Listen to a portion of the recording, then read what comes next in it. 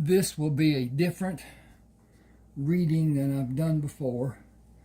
People ask me to make longer videos than what I've been doing.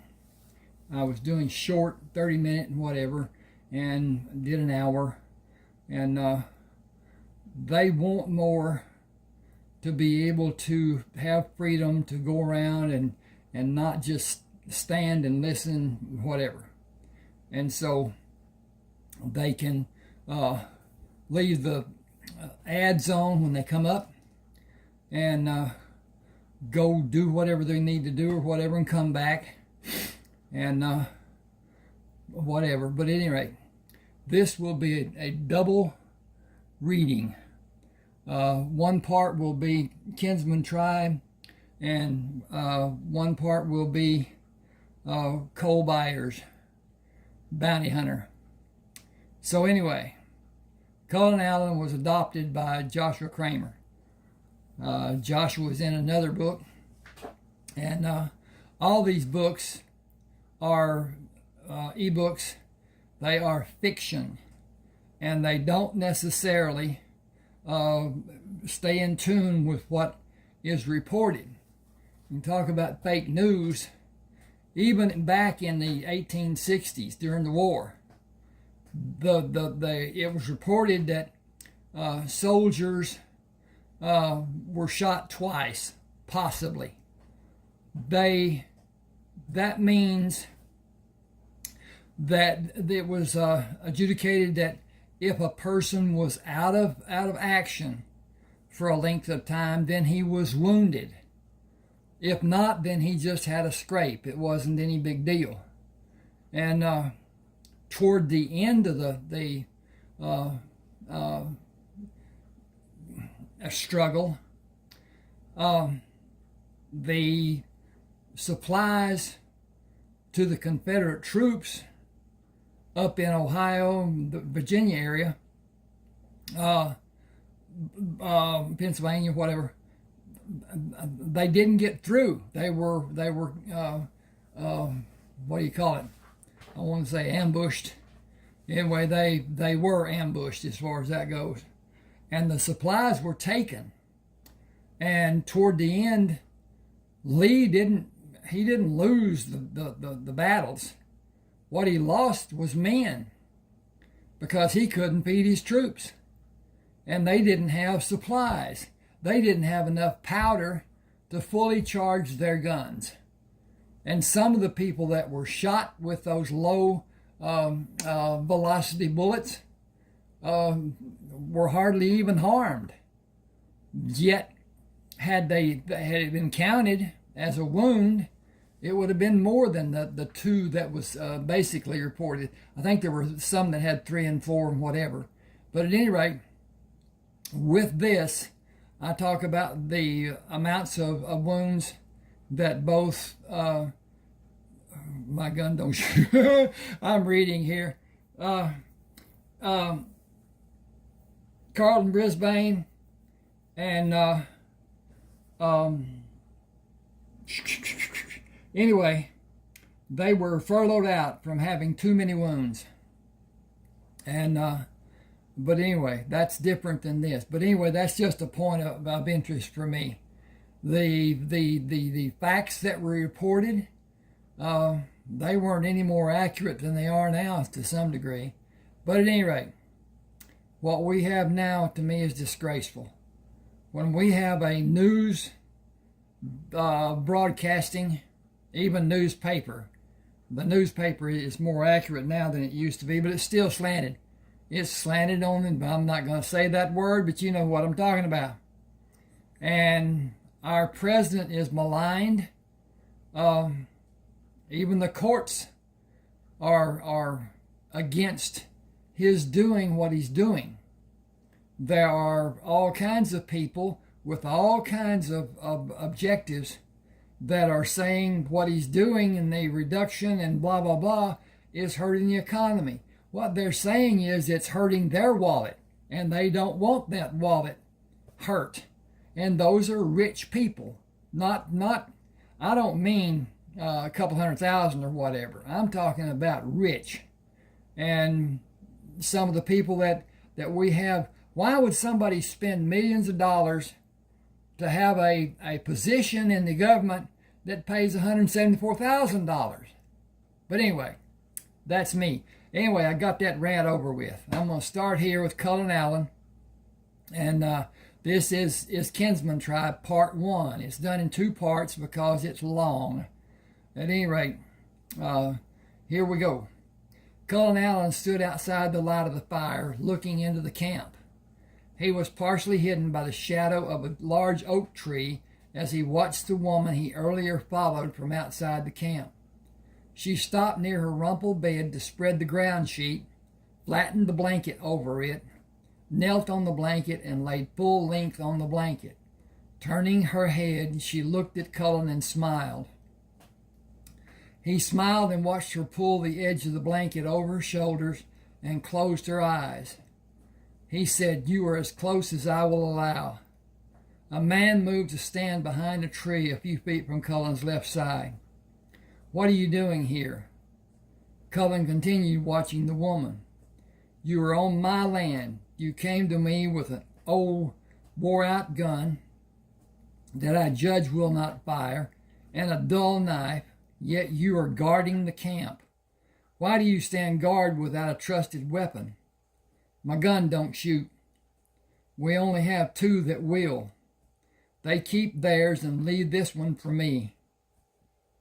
Cullen said, "You are on my land. Come out to show yourself, and I will not shoot you. You won't shoot me if I stay behind this tree either."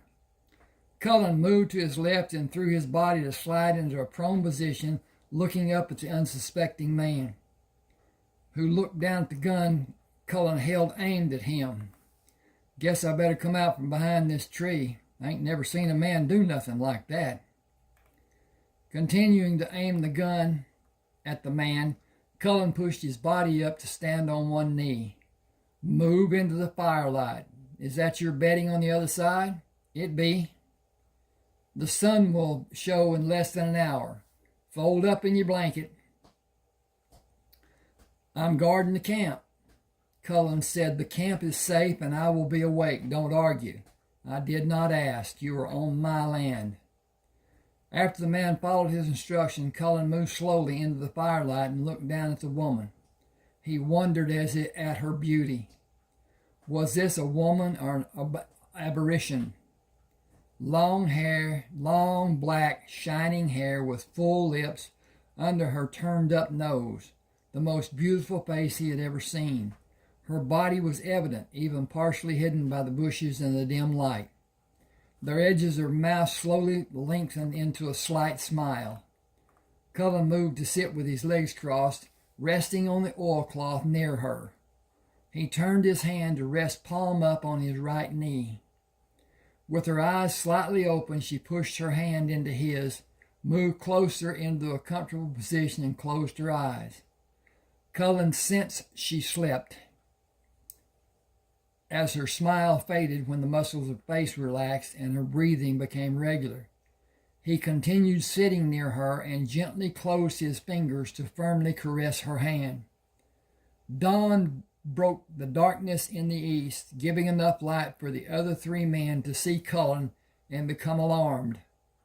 He moved to the position he stood in earlier, protected by the tree, and watched the woman when she gently pushed the blanket away from her body and moved gracefully from the blanket to add dry tree branches to the fire. She placed the iron frying pan on the fire irons. "Not much to eat. I killed a deer yesterday. Do you want to eat with me?" Cullen said, "Among many other things I want to do with you."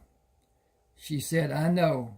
You have your gun. Keep it ready and come to be near me. I enjoyed you being near me this morning." Cullen came to kneel beside her. "All I want is to be near you. You are part Indian. You look like a white man, but you move and act like an Indian. You even smell like an Indian. I knew you were not a threat. When I saw you standing in the firelight, I knew you would protect me." He said, "With all that considered, do I feel like an Indian?" "Yes, and more. You have a darkness that scared me when you came to watch me in the brush. Your silence comforted me. You were looking into the glow of the fire and could not see enough of me to embarrass me. I saw enough to make me want to see more. She said, we do not have much time. There were 10 of us until yesterday. Men came to the place where I killed the deer. They killed 5 of us before we killed them. 3 of my friends and 2 men died. Cullen said, I sensed the sadness in you when I first saw you. You knew the girls. You knew the girls well? They were my playmates and we grew up together. I'm sad.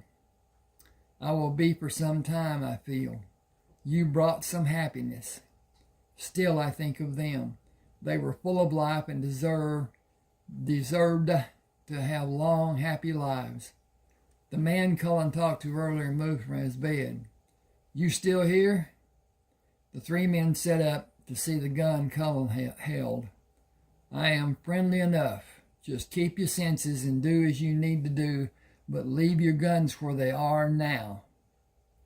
If I wanted you hurt, it would have happened earlier this morning. One man asked, who are you and why are you here? Why are you with Alandra?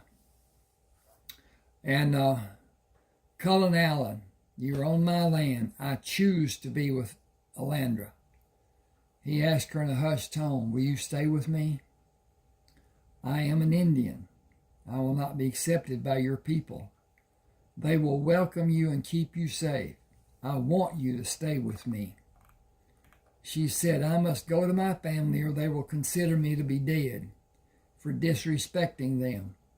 I will never be able to see them again. They will turn on me and I will be their enemy. They will never forgive me and I can never go near them again. Excuse me.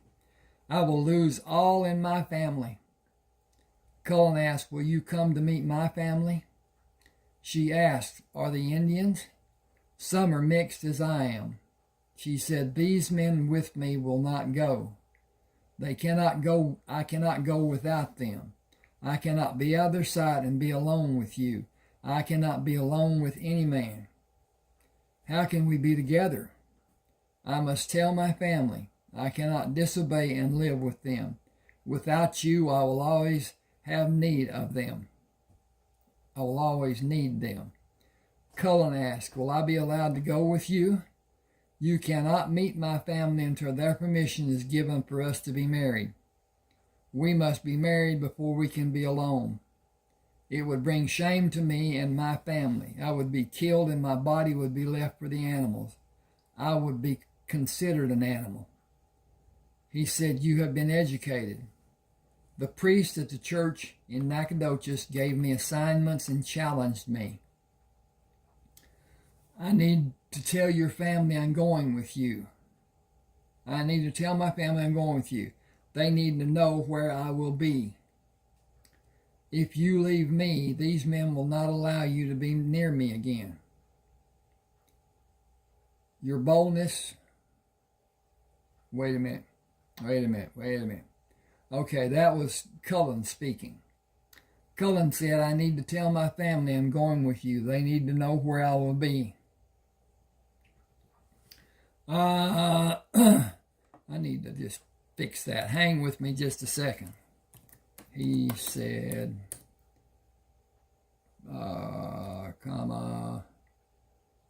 dink. Okay, got that fixed. He said, I need to tell my family where I am going with you. They need to know where I will be. If you leave me, these men will not allow you to be near me again. Your boldness and the gun you hold are the reasons they are not planning a way to kill you now. They may be planning, but they are not talking. They will plan and organize before they try to do anything. They are afraid of you. I will come with you, but I will ride behind. She said, we are 3 days from Nacogdoches. How will you sleep? I will while I ride. Will you warn me if they're planning to make an attempt? I will, and I will stop them if I can. Alandra rode between the 4 men with Cullen directly behind her. Each time one of the men looked back, the gun Cullen held was pointed at him. Excuse me. Both nights after the evening meal, Cullen moved away from the fire. If he slept, none of the four men knew. He was near Alandra each morning when they rolled out of their blankets. The guards each said he was not there during the night. They did not know when he came, but his back was never positioned for them to see it. The gun was always aimed in their direction. If they planned to kill him, got to scroll this down. The opportunity did not happen. Cullen stopped and sat on his horse outside the encampment where the I gotta get this down. They are at her family. Okay. Cullen stopped and sat on his horse outside the encampment where the family of Alandra lived. He waited as Alandra had cautioned. The 5 riders went into her family's camp without alarm being given. Cullen heard loud voices. Gunshots from inside the camp broke the morning silence. One, then another, and yet another. Alandra came from behind a shack, staggering toward him, and fell when the 5th shot was fired. He turned his horse to skirt the shacks. With the horse running at full speed, he moved straight at the man standing near her body. He turned the horse at the man on the left who was busy reloading his gun. The horse hit him chest to chest. Cullen fired at one man with his gun in his right hand and at another with the gun in his left hand. He pushed the guns in the pockets of his trousers, pulled the horse to stop. Jumping from the standing horse, Cullen drew 2 guns and shot both of the remaining men, still reloading their guns. He pushed one gun into the pocket and turned the cylinder to make the second gun ready to fire, pushed it back in its resting place and readied another gun. He stood over the man the horse ran into and shot him. Turning the cylinder, he readied another gun and moved around the shack toward Alandra. The 2 men standing near her jumped back from Cullen when he moved into view.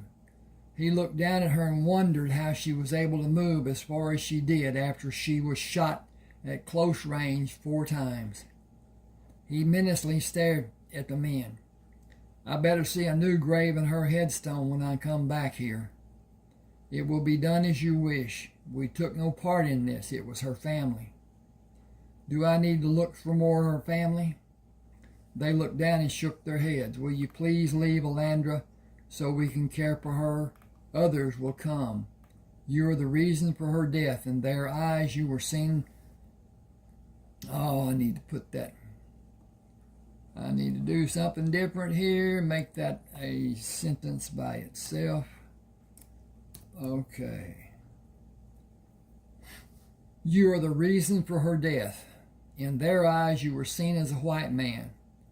There are too many for you. I will kill many of them before they get me. I got to do something here. This is, I think I've got the wrong setup. But anyway. The man raised his head. You will not need to kill any more if you leave. They will not come for you. They will only protect our people.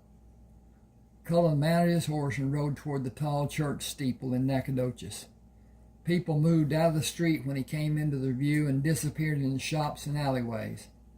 He tied the horse at the rail in front of the Silver Star Saloon and went inside. What will you have? You're new here and your first drink is on the house. Beer will do. He drank a sip and put the glass on the bar, turning his back to the bar, and watched the men playing cards. Several men stood near the table, holding drinks.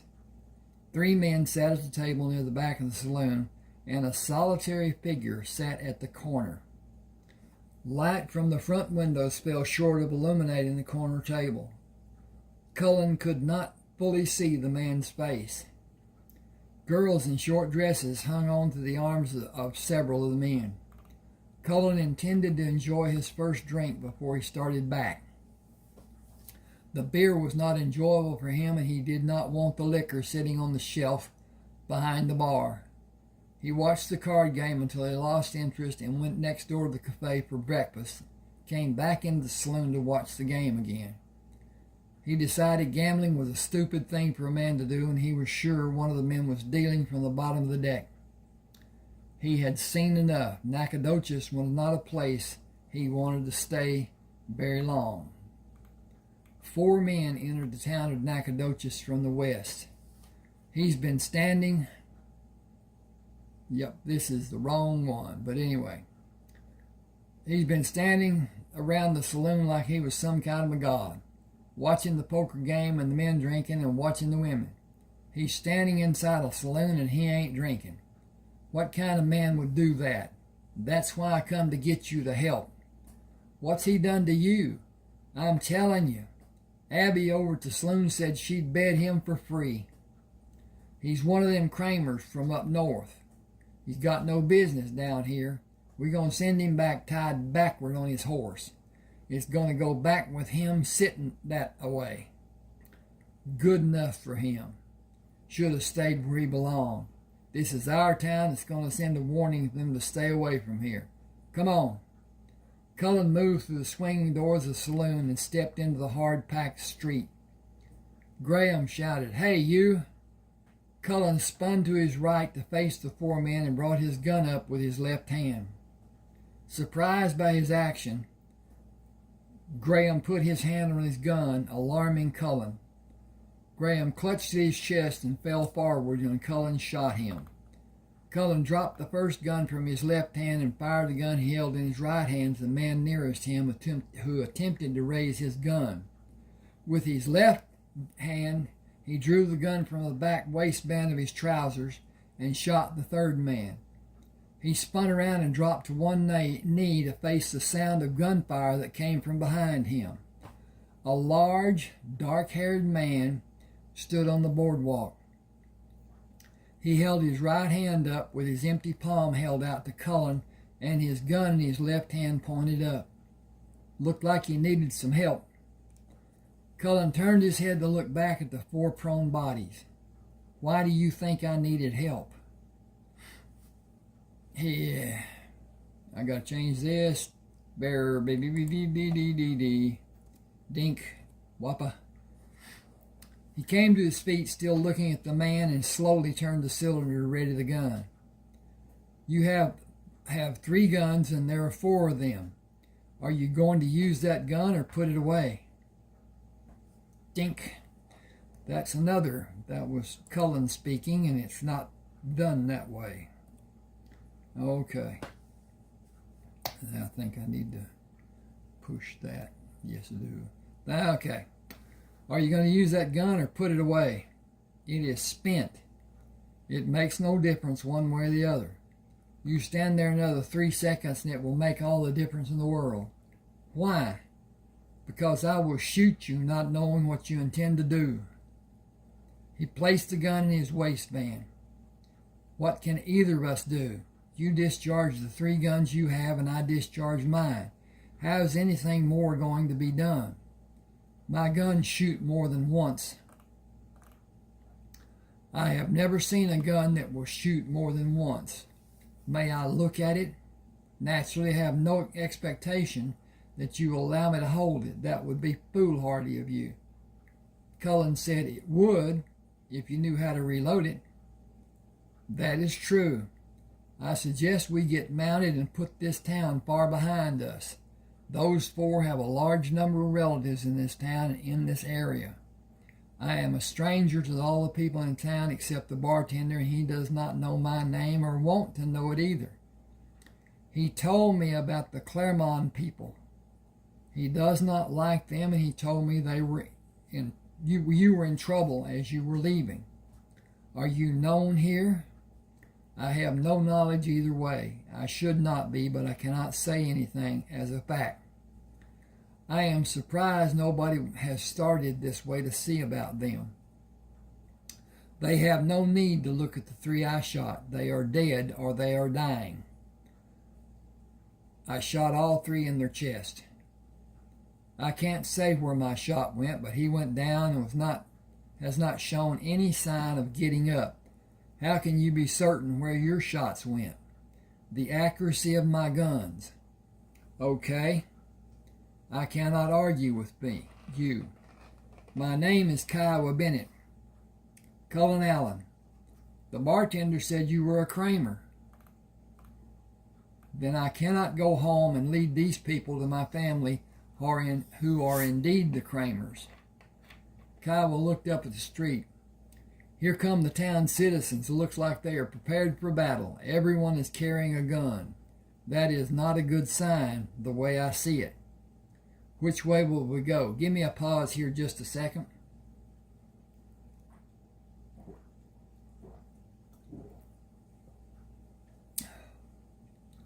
I am a long way from the safety of my home, and I cannot go there.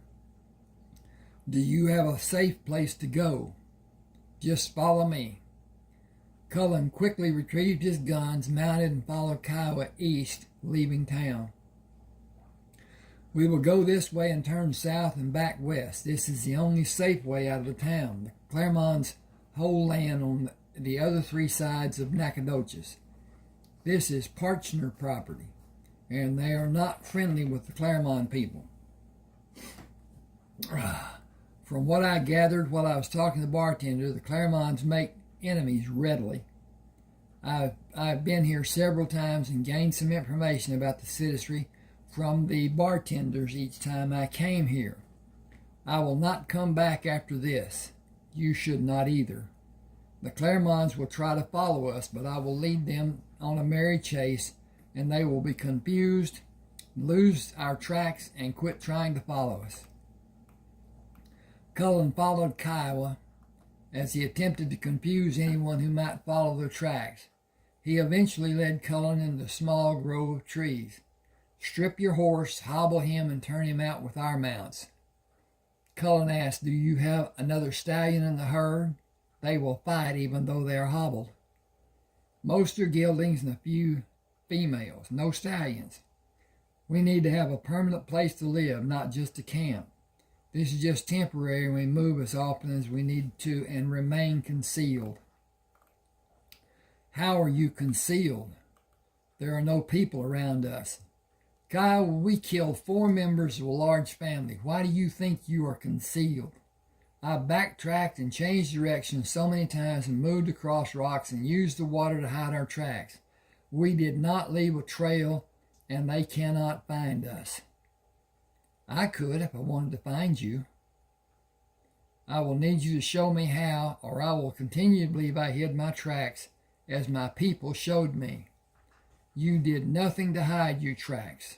They are very easy to follow. You did not erase them with a tree limb, using the leaves, or use dust to cover them. I can follow you across rocks and search the banks of the streams you traveled through and find where you moved back to land. Cloudy water is an indication of your travel, and taking time to locate where you made your exit from the water is not difficult. This camp is not concealed and not safe, even with the people you have watching. I could wait for the darkness of night and take all of you out in a few minutes. You do not have dogs to warn you of intruders. My people did not have dogs, and we stayed safe. You were extremely lucky. If that is the case, or your enemies were far away. Kiowa said, I bow to your wisdom, as I am not completely sure you are wrong. What do you think we should do? If the Claremont family is going to do as I expect them to do about having their relatives killed, they will find this camp and kill you and me and everyone with us. With that in mind, I would put as much distance between us and them as possible. When we have successfully hidden our tracks for more than a day, I would go to the southwest and gather a herd of cattle and take them to a port on the Gulf to sell them. How many men are with you? 21 of us altogether. Cullen said, you all have single-shot pistols. Okay. I'm going to hang, just give me a second. I'm not even going to mess with this. Cullen said, you all have single-shot pistols and rifles? Kiowa said, yes, that reminds me. May I see your gun? First, why are you together? Kiowa said, for safety. We all have mixed breeding. Is that a problem? It is if we are alone and recognized. We are not welcomed anywhere. Excuse me. Cullen said, my blood is also mixed, but I have never been singled out as different. Possibly because I was raised by my adopted parents. My mother was Indian and Pa was white mixed with Mexican and Negro. Then you have not experienced the society of haters who live in Texas. We have no rights and can be killed on someone's whim. If they are white or any other color, so long as they are not mixed blood like we are. Cullen said, it will take more than a few people to kill me, and it will never happen at night. They exist in Texas and stand ready to kill any of us. You and all of us are seen as a scourge by most of the white people who live in Texas. White people are not the majority, but there are a lot of white people living in Texas. Cullen said, you need more guns. He pulled the gun from his left side and handed it to Kiowa. The cylinder moves to 5 different positions to allow it to be shot 5 times. I also carry 3 guns. That is 15 shots. They better send more than 10 men if they intend to kill me. I will take out 10 or more in a stand-up fight. If it is done with stealth, and if I have ample ammunition, I do not care how many men they send. I could not do anything to stop the men in Nacogdoches from trying to kill me. I did what I had been trained to do. I did what I practiced doing. I defended myself from being killed. Excuse me. I have no delusion of my safety. It does not require any wild guessing to conclude what actions the Claremont people will take. There is no doubt I have been named as a criminal, and my family also. I will warn them on the way north. They are constantly watchful, but the threat the Claremont people pose is real. It is more serious than any danger we have faced before. I have a plan to gather cattle and take them to the Gulf for sale after I warn my people. The morning after a good rest, I intend to begin. Include me to stand watch tonight as everyone does. Kiowa shook his head. The list has already been done. Excuse me. Wow. Just put me in the rotation and let someone rest. It cannot be done. Why? It's a simple thing to do. We have been doing it so long, it is a habit. That is a pretty flimsy excuse. Kiowa shook his head again. I am the only one who can read and write, and the men will not understand a change being made with all the confusion it will cause. I am not sure what you mean. I can't just tell some of the men that there's a change being done. I make them stand in 4 groups as the 4 guard positions. Line each group up in order of duty. While lining each up, they know what men will be standing guard with them each time. They know the others on duty before their turn, the ones on duty after them. Kiowa said, you look white. You do too. I cannot stand guard for that reason. One of the men might shoot you in the dark when he does not recognize the man he always sees by thinking you are an intruder. Old habits are difficult for some people. It is true for all of these men. Cullen took the gun from Kiowa.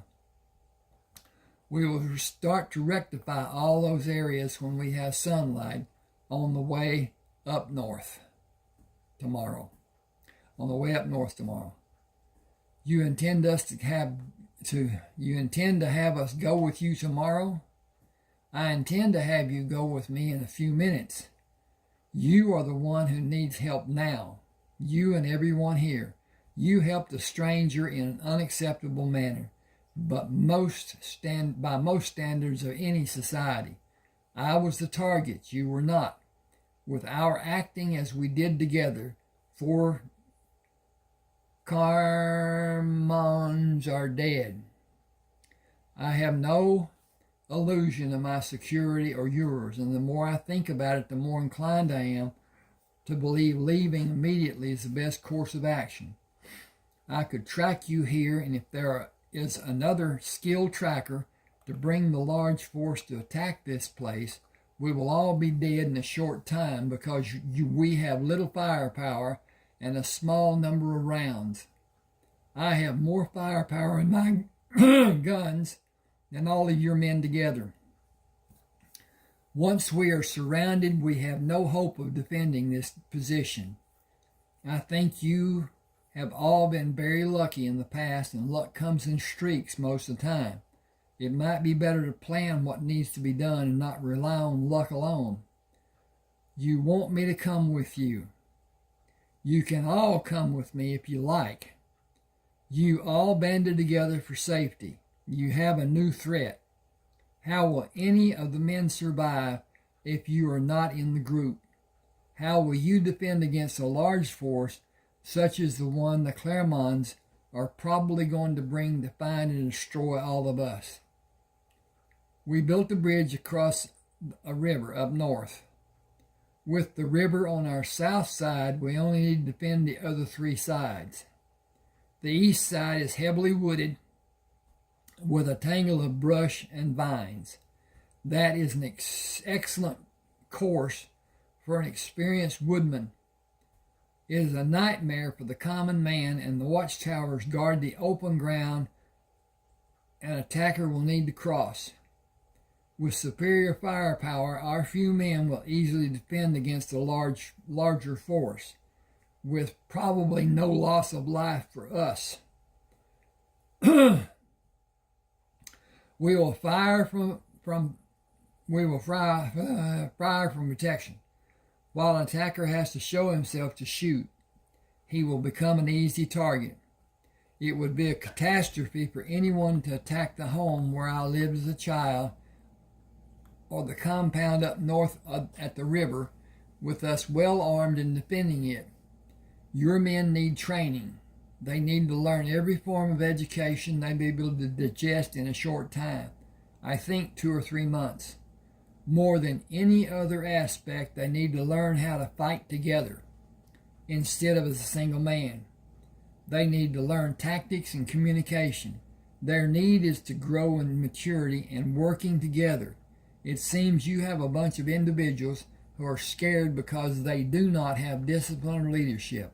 They only trust themselves. I need to make that, you can leave it alone. Alone, they will probably not survive. They have survived until now. That shows they have some degree of ability. It needs to be known what their abilities are and how they can use their abilities as a team, working and fighting together. We all need the firepower available from my family. Kiowa called the group of men. This is Cullen Allen. Welcome him later. I want you to see Cullen's gun. It will shoot 5 times without reloading. I witnessed Cullen being called out by 4 Clermont men in his quick action of shooting 3 of them. I shot a 4th Clermont. We aren't safe here and we should leave. Cullen has a place up north. He believes it to be our best chance. I'll go with you and wish all of you would too. I will go with him. Excuse me. Boy, it is springtime in East Texas, and the pollen has got to me. And so the noises I'm making are clearing my throat, or attempting to, or whatever. At any rate, this will go on through the summer. because of pollen.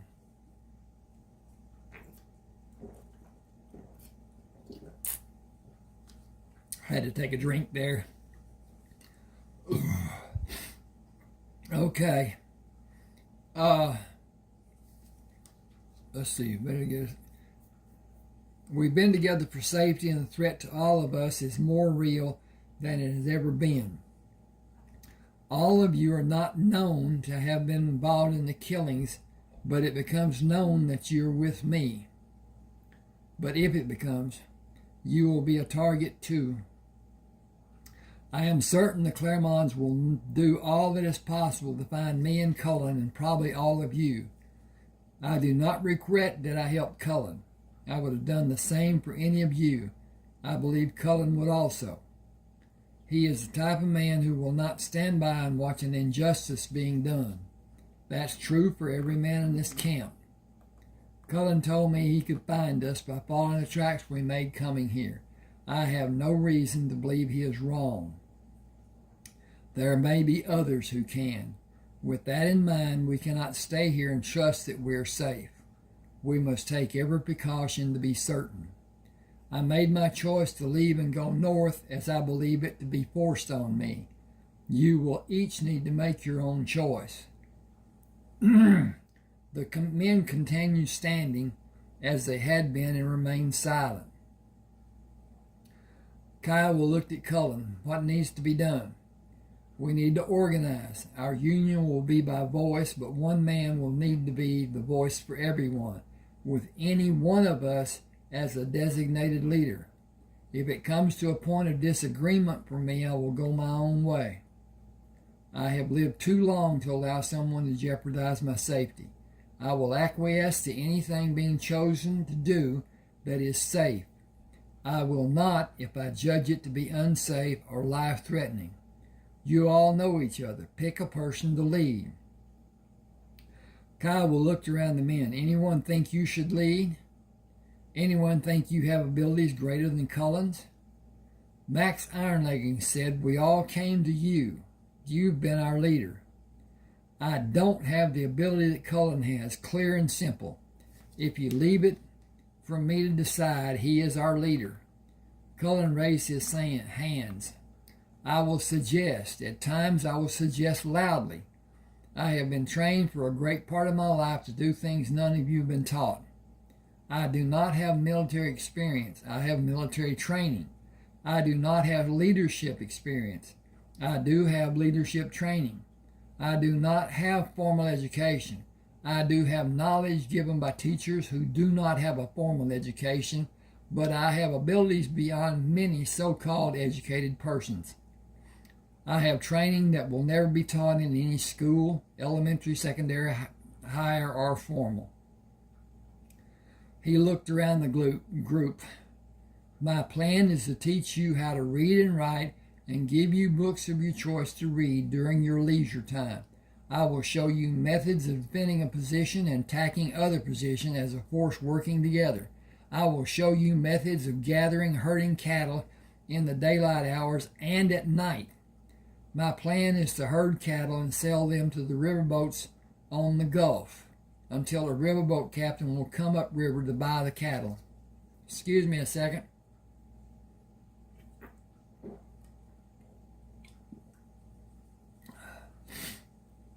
Cullen looked around the men standing in a half circle. You can go to the northern compound with me and remain there safely for any number of days you may like, as long as you respect my family.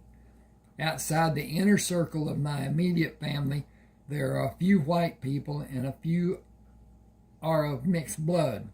The others are Negroes. If you do not object, you are at liberty to join me and have a life you will not readily have if you remain solitary.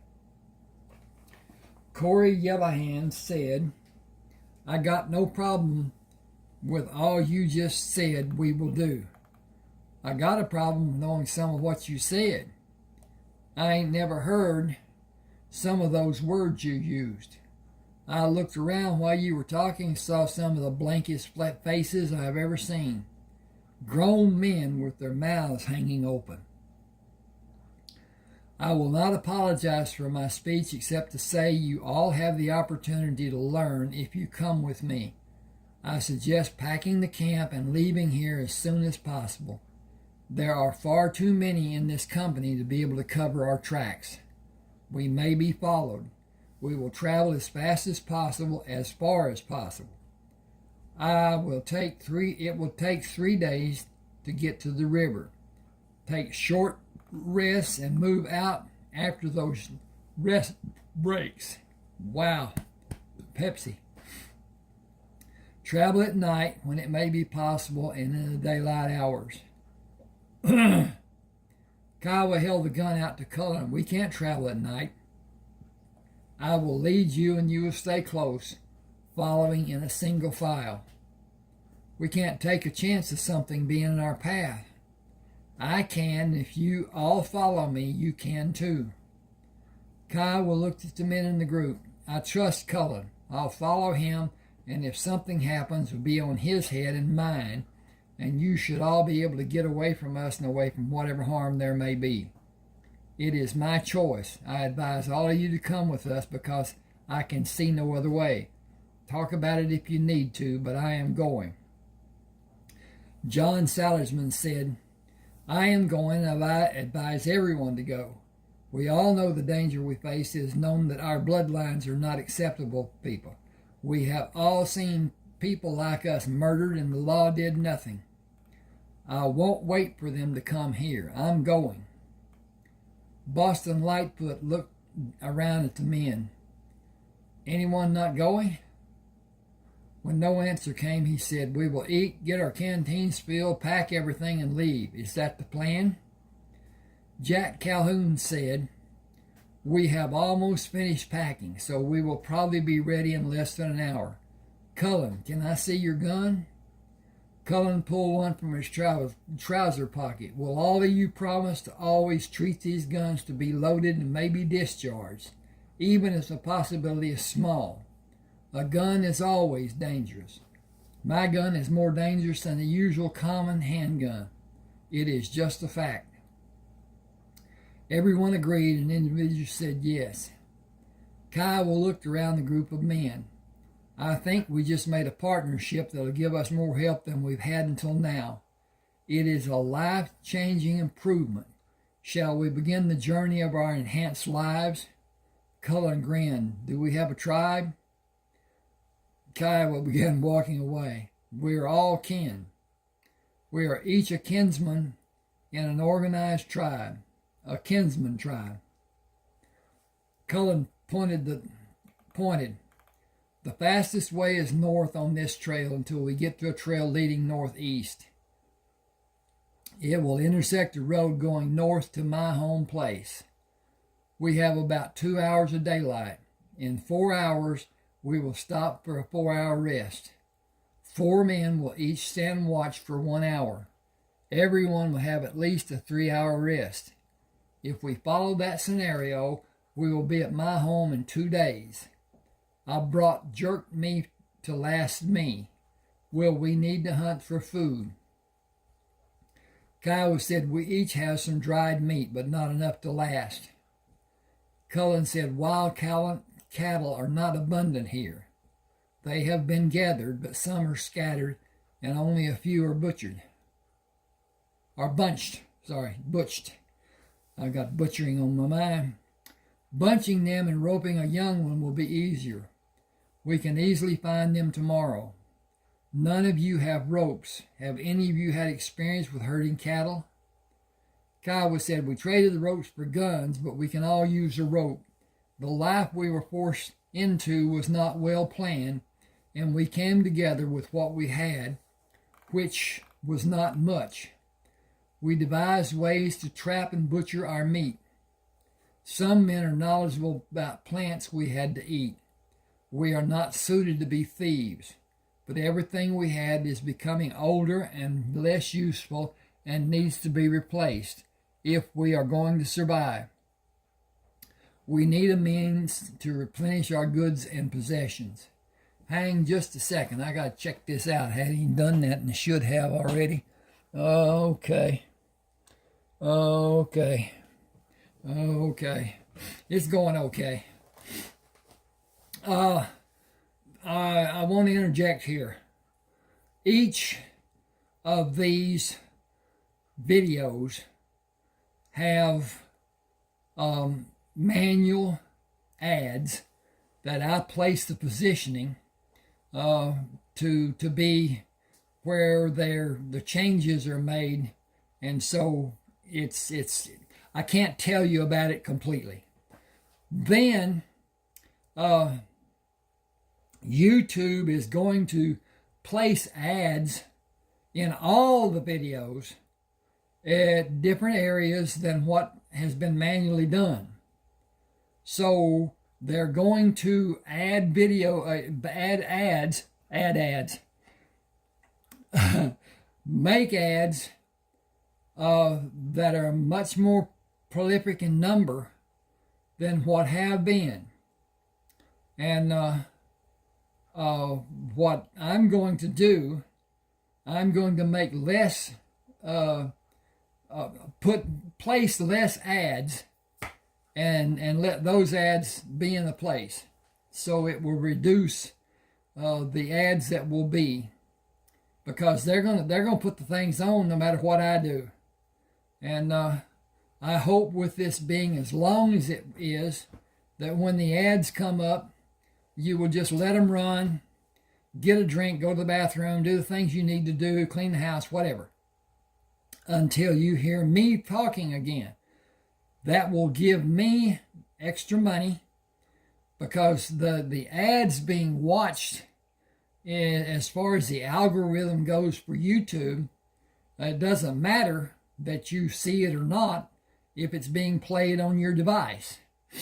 And that's part of my plan. My real plan is to sell my ebooks, and I'll either do that through Smashwords. They're $6.99 a piece, or I will garner the money from a person who sends it by Zelle, Zelle, and then send the ebook as an attachment. That will be the complete book, and most of them are around or near 80,000, which is what the people were saying they should be when I first started writing. I have books that are done in parts. Some are in 2 parts, such as this, Kinsman Tribe, Part 1, Part 2. Several are done in 3. Lovers, Lies, and Lilies 1 and 2, and Emily's Story is 3 parts. Emily's Story is a different story to some degree than what Lovers, Lies, and Lilies 1 and 2 are. Then, 3. Buzzard Shields. Buzzard Shields South, Buzzard Shields America, Buzzard Shields North. And the book is long. It's 972 pages, so it's divided into 3 parts. So, at any rate, that's 300 and some odd pages on each book. All right. I'm going to go ahead. Kiowa said we need a means to replenish our goods and possessions. Cullen said plenty of cattle everywhere in Texas. There's a good market for young stock and pairs. You all need more than you have now. That should be, you all need more than you have now, not cattle, but possessions. No, you all need, I'm going to put support.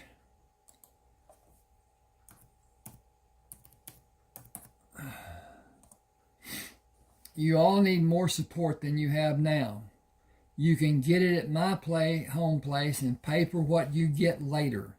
That is the only answer I have. Is it enough? Kiowa said it's the only answer we have had since we formed this group, but how do we stay away from being seen and possibly killed? All of us have a price posted somewhere. All it requires is our head to be presented for payment to be given. Our heads We cannot even complain, much less defend ourselves. We are seen to not be human. Cullen smiled. Come to our land near Arkansas and learn. When you have been trained to fight and survive and become proficient with the weapons we will have, that circumstance will not be so tempting. We number 22 men, and we will stand against an army of less equipped men. No one has our type of weapons. They do not exist in America other than my family. That's not true. Some were given to some people that lived down the hill country. But anyway, that's irrelevant. Kiowa said, lead the way. We will all feel better about being away from here. This is chapter 2. Cullen rode around the Kramer compound. Should be around the outside of, rode around the perimeter. Okay. Anyway, I'll leave it like that. Cullen rode around the Kramer compound to enter on the north side. Men following his tracks would travel north on the road and be easily seen by the sentry posted on the south side and by the west sentries. Movement around the east side would be over rugged terrain, difficult for travel and highly visible from the eastern and northern sentries. The guards in the southwest tower recognized Cullen and waved him through without raising an alarm. When the group was near the Kramer compound, Cullen explained Joshua's denial of unknown visitors to the party of men. They agreed to wait for Cullen to return before going to the river, while he took Kiowa with him to meet the Kramers. Cullen recounted the incident in Nacogdoches to the people who gathered around him inside the Kramer compound and told about the men traveling with him. He told Joshua about his plans to stay near the northern bridge for a period of 2 or 3 months before he left with the men to gather cows in the southern part of central Texas. Joshua led him and Kiowa to a set of newly built chairs. Sit with me. You left the north compound with a group of people and came by here without making contact. Cullen explained, those people came to spend the night near the compound. They were Indians from a place near Nacogdoches. They were afraid to come into the compound, and they would not wait for me to come in and come back to them, for fear of being found to be less than wanted and possibly killed. We would protect them. I know that, but they did not know they could trust our protection, and they did not know me well enough to trust me. Why did you go with them? You had to have a good reason. Her name was Alandra. I went south for her. I did not intend to be gone for more than a few days. Where is she? She went back to tell her people she was going with me, and her brothers killed her. I killed them and 5 others. Joshua said, I'm sorry you had to experience hatred of that magnitude. They did not let her explain that I am of mixed blood. I was not allowed to go into their camp to talk to their people as I wanted to do. It was my intention to keep her safe and bring her here. When she told them she would go with me, they saw me as a white man and spat on her and killed her. He searched Joshua's face for understanding and continued. Papa, I have never seen anything like that. Her own brothers killed her. I killed those who shot her, and I did not know what to do after it happened. I went away from the men and made certain they did not follow. Nighttime came and I could not sleep. I started back home and stopped in Nacogdoches to see what a town looks like. It is a big town, not like Big Cypress. Joshua said it was a Spanish mission, one of the oldest establishments in Texas. Cullen continued, I got there at night and found a saloon still open and drank beer. Well, I did not really drink it. I found it to have a repulsive taste. I listened to the men talk and watched the women. Is it their purpose to get the men to drink more than they normally would? It seemed that way to me. Joshua said their purpose is to entertain the men and make money for their own pockets and for the saloon. Cullen continued, I went to see the church and lit a candle for Elandra and stayed there until daybreak. When I went back to the saloon, the Claremonts tried to kill me. Kiowa killed one of them. We joined forces and came here. Joshua spoke to Kiowa. Thank you for helping Cullen against the Claremonts. We will be alert for them. Supplies are ready to be taken to people at the northern compound. Take guns to arm the men you have with you. You can collect the payment for them when you complete the cattle sales. It will require several trips for payment to be made, or the men will not have cash after the drive is finished. Go to the northern compound and do whatever you need to do as long as you need. Allow time for reflection and composure. We are not well suited to suffer a loss. Our thinking changes to a protective mode. You will require time to reflect on the events you are attempting to qualify. It is a process you must find, not to understand, but to rid yourself of the emotions confronting you. They are not controlling you, but you are reacting to the ridiculousness of them happening. You are feeling guilty about occurrences you could not control. You could not have known they would happen.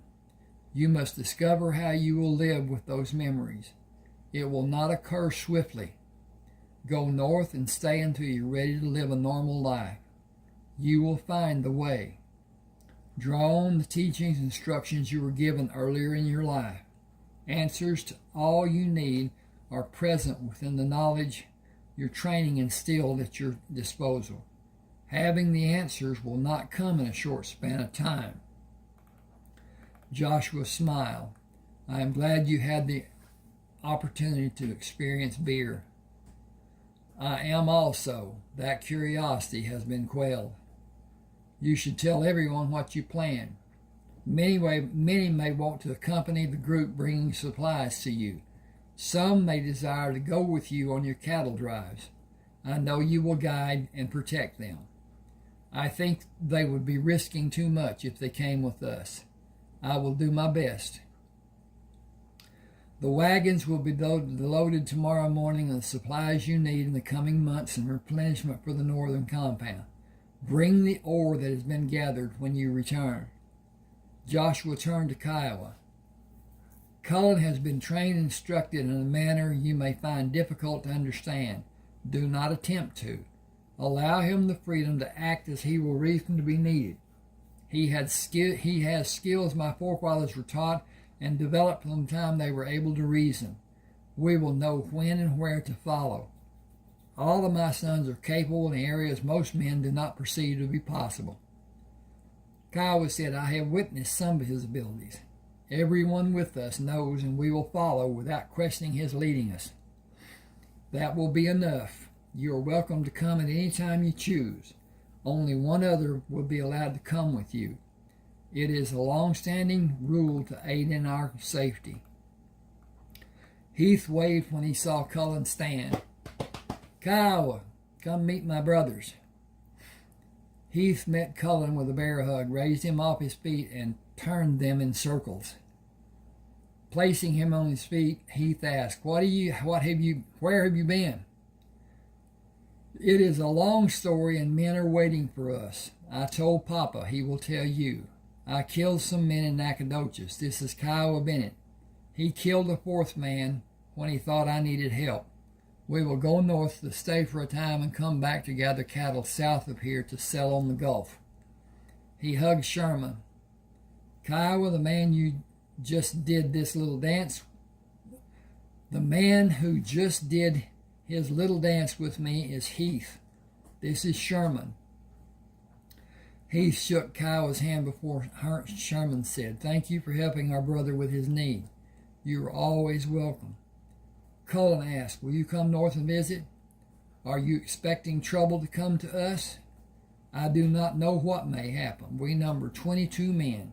Papa will arm and supply us, and I will instruct the men about the guns and strategies. We will stop to visit on the way south when we are ready. You could help if you come up, even for a short visit." Sherman shook his head. "We should wait until we know what is apt to happen.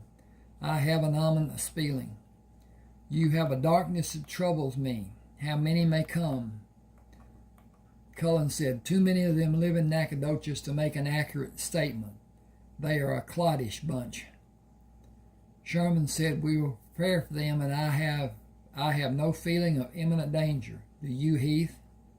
"I am only feeling Cullen's disturbance. You defended yourself. Why are you so disconsolate? What happened before you went to Nacogdoches that has you upset?" "A woman I met was killed." He said, "You should have come home. You were not in the frame of mind to act as you knew to do. You are not even now. It would be better for you if you stay with us to have our support." Cullen said, "I know how to do what is needed. I could not foresee her death. She would still be alive if not for my actions. I cannot correct or qualify it. Papa told me to go. I need to be busy and find my way. It will not happen quickly. I would be a disturbance if I stay here." He said, "I am not needed here. I will drive a wagon. You need me." Sherman said, "Let Heath help. I feel you're struggling to escape rather than confront your grief. Escape will ease your difficulty only slightly. Confrontation and deliberation will resolve it, given sufficient time. Only that and even more time will allow you freedom from the other people's actions." Boy, that's jammed together. Think. "You could not control either situation. You are guiltless, in fact, but you are not yet grounded." I'm going to save this. Hit that save button, hit that downloads, hit that save button, and it's finished. Okay.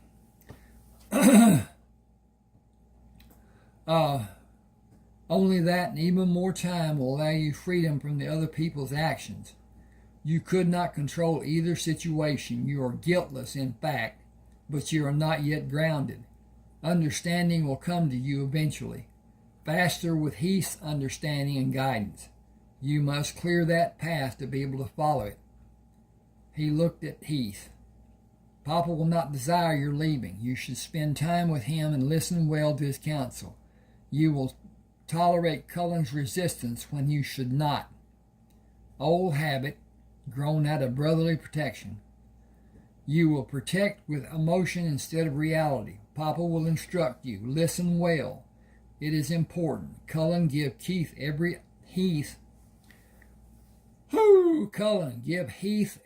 iota of information. Do not attempt to protect him, as you will be driven to do. Fair enough?" Heath said, "It will be needed. It will not be comforting for either of us." He gripped Cullen's shoulder. "I will meet you at the wagons tomorrow. I will say my goodbyes first and be ready to leave when you are." Cullen said, "Will you show Kiowa around? I have not seen anyone except Papa and you." Sherman said, "I will. Heath will talk to Papa. Give me a hug and know you will." Ding, ding, ding. Well, now, am I off here? What's going on? Okay, now it went up. Okay. Keep us in your thoughts. Heath led the wagons, leaving the compound in the early morning light. We leave, and what we come back to is another time, another circumstance, and another people. The same but different. That is the sadness of leaving. Cullen rode beside the wagon. If we only left the sadness behind, leaving would be beneficial. Kiowa rode his horse on the opposite side of the wagon. I learned a lot about the Kramers yesterday. I will enjoy my next visit when I stay longer. I will learn more about many things. If you two will help, I will learn from you on the trip going north and after we are there. Okay. Heath asked, what subjects interest you? The three you talked like you could read each other. You shared an understanding of each other. I've known Cullen could understand the men in our group as if he had known us all our lives. I have a small understanding of the others because I have been with them. Cullen did not have that much time, and yet he knew their temperament and intelligence when we first met. He shows it when he speaks to each of us. I want to be able to understand. He said, you have seen animals and known their temperament. It is that projection we interpret. You are by far the more intelligent of the group. Each one has past experiences that define him. Some doubt us. They have nothing to base trust or distrust for us. They will not learn quickly. You saw Cullen and experienced his ethos and logos and pathos. I cannot begin to explain those in a short time. I will attempt to during the trip and try to have you understand the three and how they define all of us as well as other values. He had your attention in the beginning. Something drew your interest to him to a focal point. His gun pointed at me with my first concern. Okay. Now. Yep, that's going. He smiled. He does possess a manner that surprises people. You have also.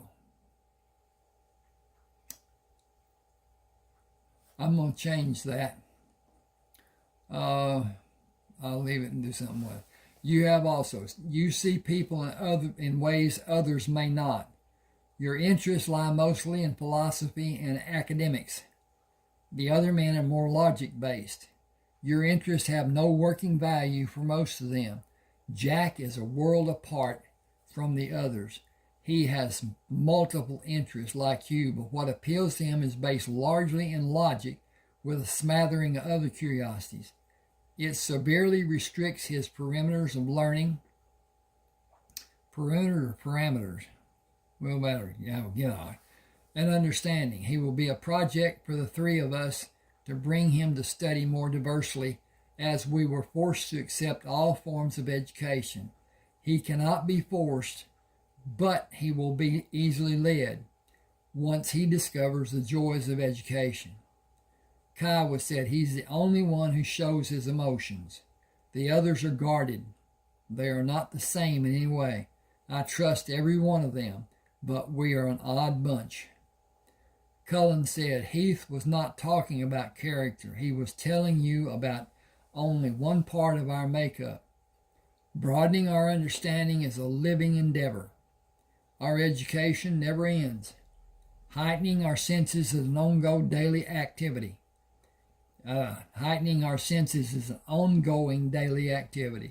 Understanding our construction and the world we live in is continual. You are cut from the same pattern. Jack deviates to agree, and those differences define the others down to Manny. He is first a romantic in every way. He seems to have no depth. Plainly speaking, his understanding is not much more than that of a small child. Kiowa said, Cullen is not what he first appears to be. You are even farther. Cullen said, people see Heath's size and they discount his intelligence. Heath loves it. Kiowa said, I saw plants being loaded in this wagon. They are my herbs. Papa had a friend who had a strong interest in growing and cultivating herbs. We have always had a varied supply. These will augment the collection I have at the northern compound. I get more from a riverboat captain. He brings more each time and gives them to a storekeeper on the bayou south of our home. He brings more each trip and gives them to a storekeeper on the bayou south of our home. The storekeeper gives them to me.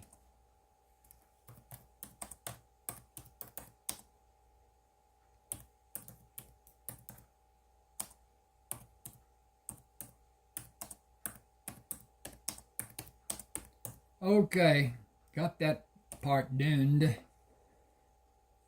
Got an extra T in there. Okay, I'm going to hit this button up here, and hit that button right there, and hit that button right there, and be done with that button right there. Okay, that part is saved. Cullen said Heath has herbs he propagated from other types. They have medicinal properties and enhance the taste of food. Kiowa said you had instructions beginning in your early years. Learning was easy during that time. I worked on our farm with my brothers. I never saw a book until I was 17. I learned to read by myself and later taught my brothers. My ability to read is slight, mostly because I have only 2 books to read. My older brothers played games using words and taught me to develop the use of words I did not get from reading. I took the big words and asked the preacher how to use them. He had me write a list and then make sentences to use them. I became better versed than most. Heath laughed. Excuse me, not laughing at you, but the thought I had. I have many books in the northern compound. I am anxious to read, and 3 boxes of new books in the wagon. I have new... I need to change that because I got a comma here I don't need. Dink, dink, dink. Word does that. Word changes punctuation. Word changes words, which is really bad. And editing is difficult. Anyway, he says, I have many books in the northern compound I'm anxious to read. And 3 boxes, there's another comma. An and does not need a comma. And is a conjunction. Why should it have a comma? Okay, there are places, yes, but not just all the time. And 3 boxes of new books in the wagon. 1 is about knowledge of how to cross-pollinate plants. You will have a library to select a book of your choice. Cullen said, after 3 days we will be there. He said there are no hostile Indians in the area we will pass through. Men who live by theft and murder are always a threat. Tonight, before the guards are posted, the men will be instructed in their new weapons. We will not have a threat when the weapons are understood. No practice is needed to learn how to fire either the handgun or the long gun. They are accurate. Sighting and discharging properly will bring their accuracy to bear. That schooling process is almost instantaneous for a man who's ever fired a single-shot handgun. Deliberate use will overcome known fears of the old guns. There's nothing to be feared with our guns. There are no powder flashes to burn your face, your hand or face. There are no powder flashes. Cullen rode back to the rear of the wagon and brought out a handgun. Take this and practice sighting without pulling the trigger. Feel the gun. Know that if you are only pointing it at a target as you would your finger, you will score a hit. I never aim in the old stand and sight down the barrel method, as it wastes precious time. I am proficient in using my method. Kiowa said, I witnessed that fact in Nacogdoches 3 times. Our trouble with the Claremonts was one reason I wanted to come with you. Another was the guns. We were nearing a crisis, and you held an answer for all of us. There were many other small reasons. He said you were brothers from the beginning, or Cullen would have instinctively shot you. Kiowa said, you think so? I know it. I know my brother. While they continued following the trail, Cullen and Kiowa distributed unloaded handguns to the men in other wagons, to the men on horseback. Become accustomed to handling them and how they feel when you are preparing to fire. When you feel comfortable with them, place the gun where you will carry it. Determine if you can safely carry it without causing it to discharge. We will cross a creek in another hour. Water the stock and move across the creek for a short rest. Water the mules and place your feed bags over their muzzles. Free their heads while they feed. Okay. Leave them hitched until we stop for the night. When you are standing practicing pulling the gun, when you are standing, practice pulling the gun to fire it. After you've done that action, I will watch and instruct you on what I see as your strength or weakness. It is important that you are safe. The guns have more firepower than your old guns with less recoil. They will hit whatever they are aimed at. If it is your leg, you will suffer and live longer than you desire. It can be prevented if you learn not to do certain actions. Doing what you should do is safe for everyone. You will not fire the handguns before you at the northern compound.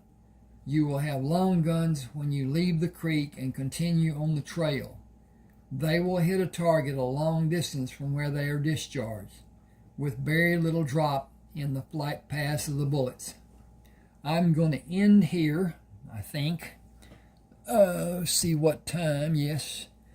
Now, with that in mind, please subscribe to my channel, hit the like button, possibly comment. All those things help, but especially the subscription and the like. Now, when you do the subscription, you'll see it on your YouTube page. It does not affect your computer whatsoever. It does not go on your computer. It goes on the YouTube page, and you can't find it unless you're on your YouTube page. The subscriptions, that is. So, at any rate, take the time to smash that button and smash that other button, and subscribe and like and possibly share. Yeah, but share with people that like to read. Okay, with that in mind, I am going to go to hang on a second. I gotta hit a couple of buttons here first. Save as, download, save, and that's done. Now it will let me close it. Okay, then this is actually it is oh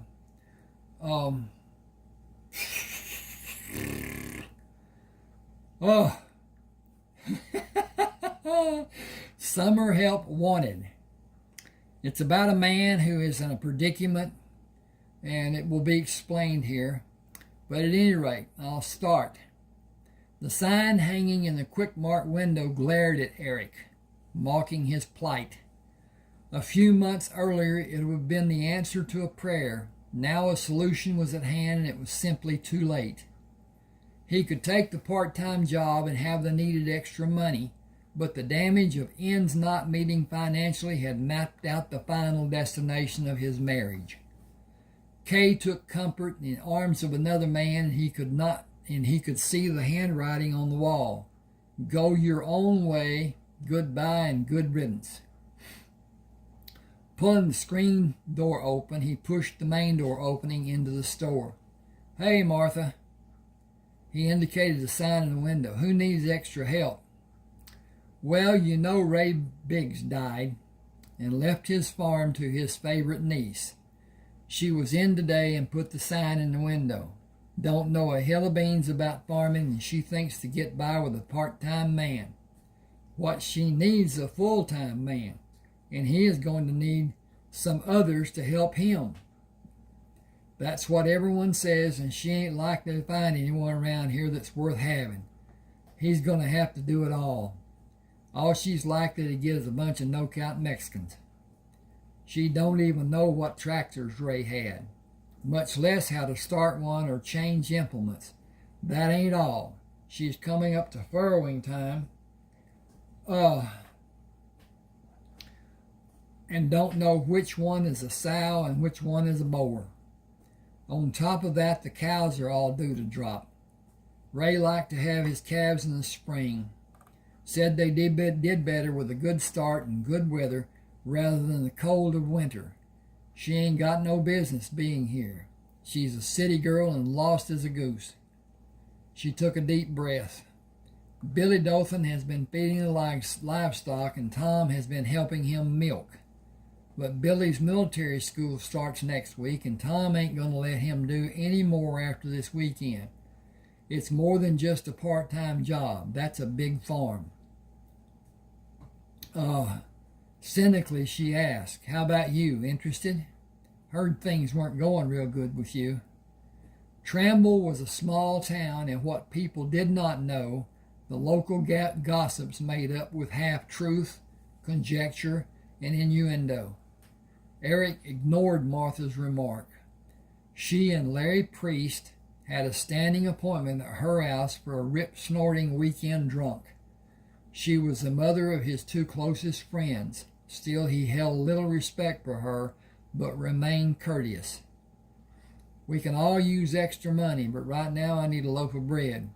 Kenny climbed up on the kitchen counter and used the cabinet shelves for a ladder and destroyed the one we had on top of the refrigerator. That should be destroyed the sack of bread. Anyway. Destroyed the bread. Okay, that's done. The problem with writing is editing and getting things right, and it doesn't always happen, as I just witnessed. Okay, he was trying to get a slice of bread and rip the sack open. His movement to open the bag sent pieces of bread all over the kitchen floor. He was not able to reverse his movements to get back down. He was stuck on top of the refrigerator. He was not very happy about that. We sometimes dig a hole too deep to manage, but life is all about the averages. He had success and failure, but he will learn from the experience and find the ability to define the repercussions and formulate an exit plan later in his life. I haven't seen Clayton or Merle since last weekend. Is Patch's leg mending all right? You mean the flag race where he banged it on the gate that idiot closed? It isn't real bad, and the swelling went down real fast. He'll be ready to ride this weekend. He's hard to beat on the barrels of flag race, but only Clayton can ride him. Only him, too, and Patches won't ride double. That's why we got him so cheap. Eric knew Patches acted badly when he was allowed the freedom. Unknown to Martha, Eric held the papers on Patches. Eric, Merle, and Clayton shared what little they had. Patches was considered Clayton's horse, and Eric had ridden Patches after Merle bet $500 gazillion that Patches would put him on his butt. Merle lost the bet, which was made by two good friends. They were always betting some outlandish amount and knew it was only made in jest. Eric rode Patches to keep the steer riding straight or hazed when Clayton and Merle bulldogged from Eric's horse. Clayton hazed from Eric and Merle while they bulldogged using Eric's horse. Their partnership began at a rodeo when Clayton offered to haze for Eric in exchange for Clayton's use of Eric's horse in team roping with Merle.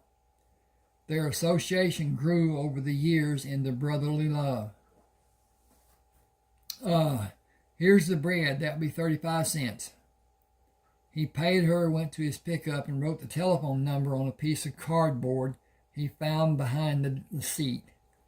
His intention was to drive out to the farm to talk to the woman to have a better feel for what kind of person she was and what she expected to be done. He wanted a number in case he was unable to see her. He desperately needed the extra money. He enjoyed farm work. He was skillful when doing anything with his hands. Starting the truck, he turned north and waited for an eastbound train to move through the town. He waved back at the conductor on the last car passing through the crossing. The train whistles were a regular occurrence, and it had been many months after they moved to Tramble before he came to the point of tuning the blasts out and sleeping soundly.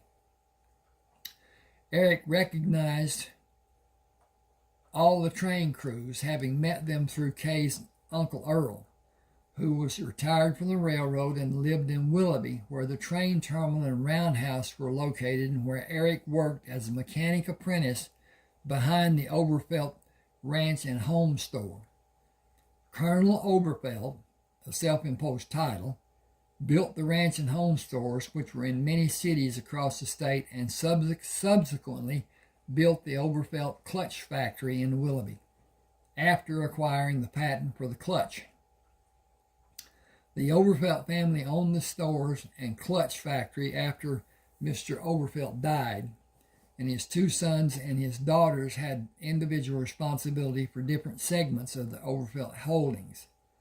The shop Eric worked in was at the rear of the ranch and home store, but was independent of the store. Eric's wage was $2.10 an hour, and no raise was forthcoming. He drew so little the company's only deduction was Social Security. He had veteran benefits from his service in the Navy and did not participate in the health coverage plan. Kay had insurance for herself and the two boys through her employment at the finance company. She excluded Eric without discussion. It was only a single act of the many unforgotten slights, which was leading to the final episode in the fiasco their marriage had become. Kay met him as he opened the front door, grasped the tied end of the bread sack in her hand, jerked it from his hand, and moved away from him without speaking. Silently he turned and slowly walked back to the truck. His life was in shambles, and the end of his marriage would be the catalyst to bring complete destruction to the life that had been. He held no illusion that he could financially survive the impending divorce.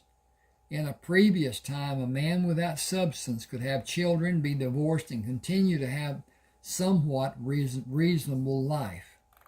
The sympathies of the modern courts usually favored a woman. The children involved the man. With children involved, the man was usually financially ruined.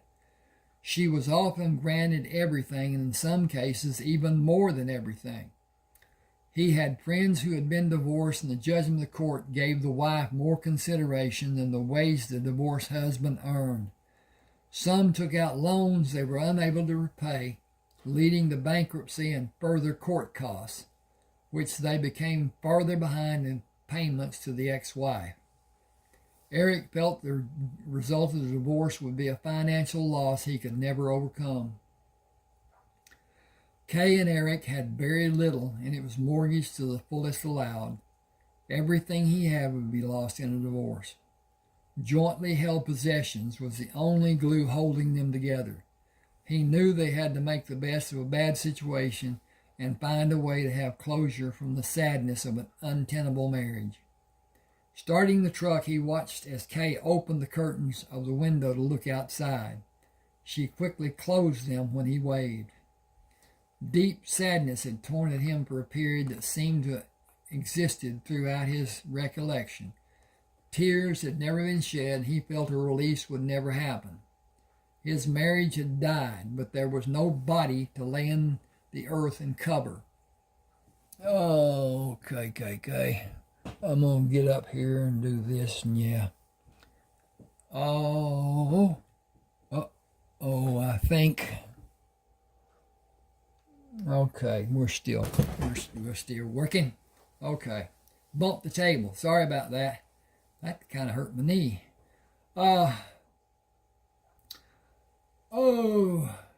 He would become a stranger to the boys. He had lost all purpose in his life. Now his only function was to make money and support those people who would soon leave him and begin a life that excluded him. His situation left him powerless to do anything to have even the smallest hope, and he felt he was doomed to a deep, eternal sadness. A glimmer of hope came with the chance of a part-time job to offset his mountain of financial obligations.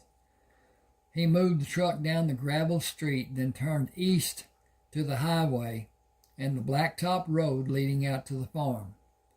After the relative comfort of the asphalt, the dirt road leading up to the house was a jostling ride, as the headlights moved from a straight line of sight at ground level to above the horizon and almost extinguished when the rear of the truck bounced and the front nosed down, then reversed the process.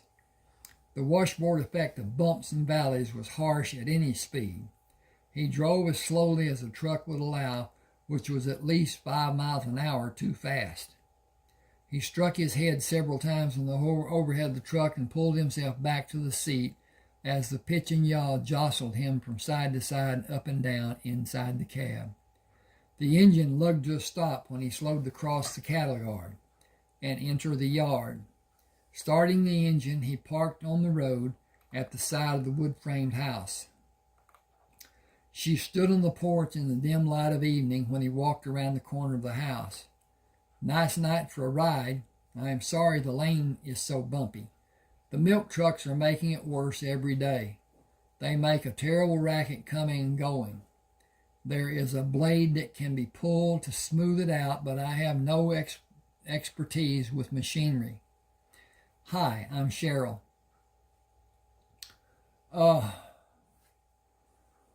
She extended her hand as he made his way up the 5 steps to the porch, pulling him gently toward her when he took the final step. "I hope you are bringing good news, as all else has been one bad load after another since I got here." She swung them around to bring him into the light when they began moving toward the open door. As she moved, light from the front room fell across the face of one of the most beautiful women Eric had ever seen. Blonde hair was exquisitely drawn into a bun that covered the back of her head. Eyes as blue as a pale afternoon sky, with only a shadow of cosmetics highlighting their companion lashes. He thought her nose was the most distinguished feature of her face. It turned up slightly, and her nostrils gently flared, then rounded perfectly. Her jaw was oddly square, but the oddity only enhanced her beauty. Full-lipped smile showing perfect teeth. "Did I say something wrong? You look so shocked." "Sorry. I expected a different kind of person than you to be here." "Different in what way?" "Oh," he stammered, "well, more dressed up, more citified." Citified seems to be an expression people around here use very often. People are not often seen around here that citified would describe.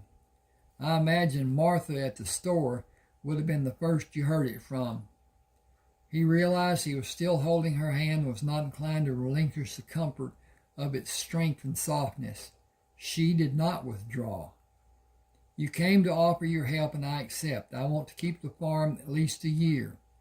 Would you like to come inside with me? I have prepared tea. We can get glasses and sit out here in the swing.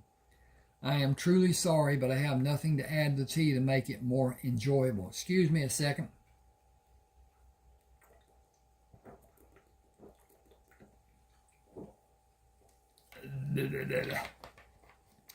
Oh, that is refreshing. I've got to flip up and change the page. He did not move, but continued to revel in her beauty, prolonging the moment with further conversation. "My name is Eric Traber. I did come to talk to you about part-time work after my day job and on the weekends. Considering everything involved, you should be aware of the magnitude of the labor that is needed and the necessary time involved. You are about to have a whole passel of pigs in a short time interval.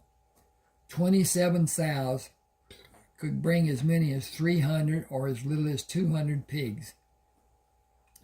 Either count as a lot of pigs for one person to attempt to manage, if he is alone.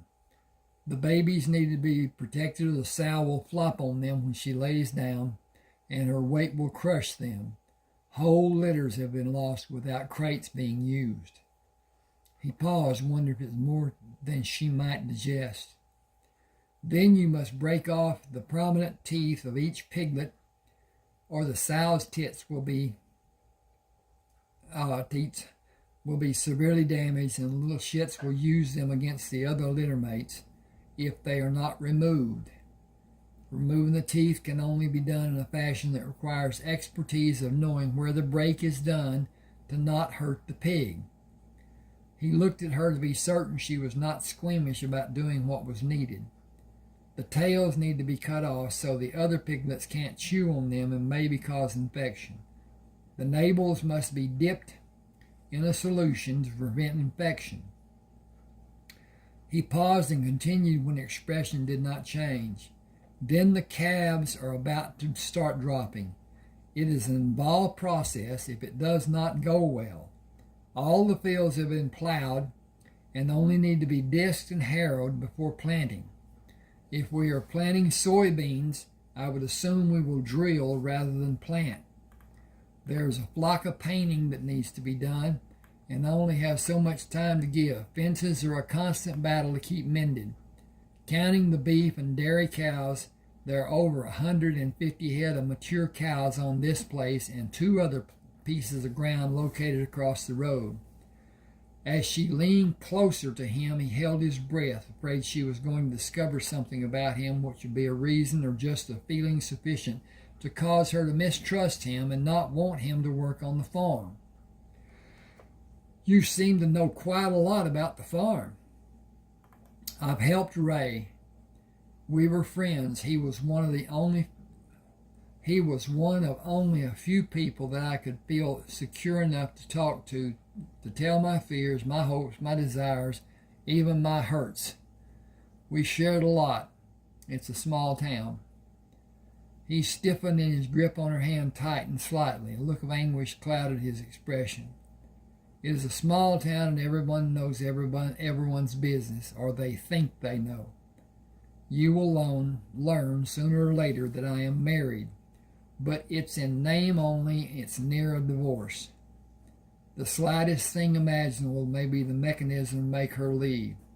We barely tolerate each other, and each of her family members is a sadistic nemesis to me. They poison her mind and my children's. There are 2 boys. Kenny is the oldest. He will be 3 in 2 months. He came back from a visit to his mother's house 3 weeks ago and told me I would not be his daddy anymore. He said his aunt and uncle had told him I would not be. He paused to strengthen his composure. It is tearing me apart, and the marriage too. The damage has already been done. Nothing is going to save even a shred of our marriage. I hate to tell you, but the youngest child's origin is at best dubious, as we have not had sex in God knows how long. She tried to tell me that we make love in our sleep. When I didn't immediately go along with that explanation, she said she got me erect in my sleep and I got her pregnant. He paused again. She is involved even now in an affair. I only say this to you because I would rather you hear the truth than the gossip. The townspeople may be what will eventually drive her away because they all disrespect her and openly shun her. There are some who will purposely drive down the middle of the street and make her move her car out of the way. He paused to see her reaction and continued. Willoughby has 2 branch offices of the finance company that she works for. The woman who got her the job works at the other office. She has not spoken to Kay in over a year, and she lives on the other side of Tramble. Eric hesitated. The only possible outcome is Kay's leaving. It's just a matter of time. We will lose most of what we have. I have no idea what the judge will do to me, but his record leans toward helping women. With that all said, do you still want me? Oh yes, absolutely. I had no idea about all the work that needs to be done. I only thought it would have someone feed the animals and milk the cows. Please come inside, then come out here with me. I have been enjoying the night and the moonlight on the lake. I think you need to talk. I know I need to talk to you. She moved toward the door and turned back to look at him when he released her hand. She took both of his hands in hers and brought him into the light. So much sadness at such a young age. How old are you, 23? I just turned 26 in January. I was a New Year baby. You were born on the 1st. Astrologically, that makes you very special and very talented, and a very hardline realist. At times too realistic and not imaginative. You have a hard time seeing opportunities because your view is sometimes so stiff. That's pretty evident from judging what I've done in my life so far. I joined the Navy when I was 17. I enjoyed the plane flight from St. Louis to San Diego. It kind of went downhill after that. I was far too young to be in the Navy. I hated it and most of the people I met while I was in. I got out before my 21st birthday. She pulled him closer. I was 23 when you were born. I was working on my degree in my last year of college. I took 3 years off to travel after I graduated. After that, I got my master's degree. College days were fun times. A lot of beer parties and a lot of other things.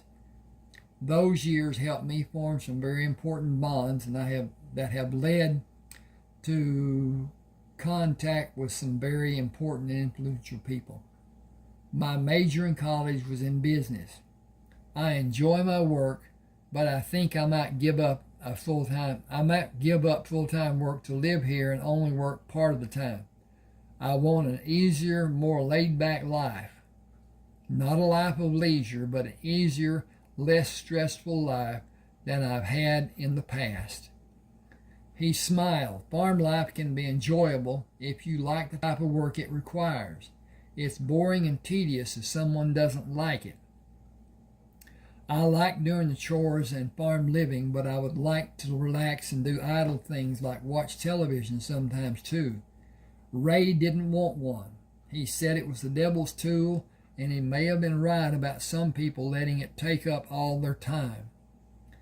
He poured tea over ice in 2 large glasses. If you take him out to the swing, I'll bring ice and the tea pitcher.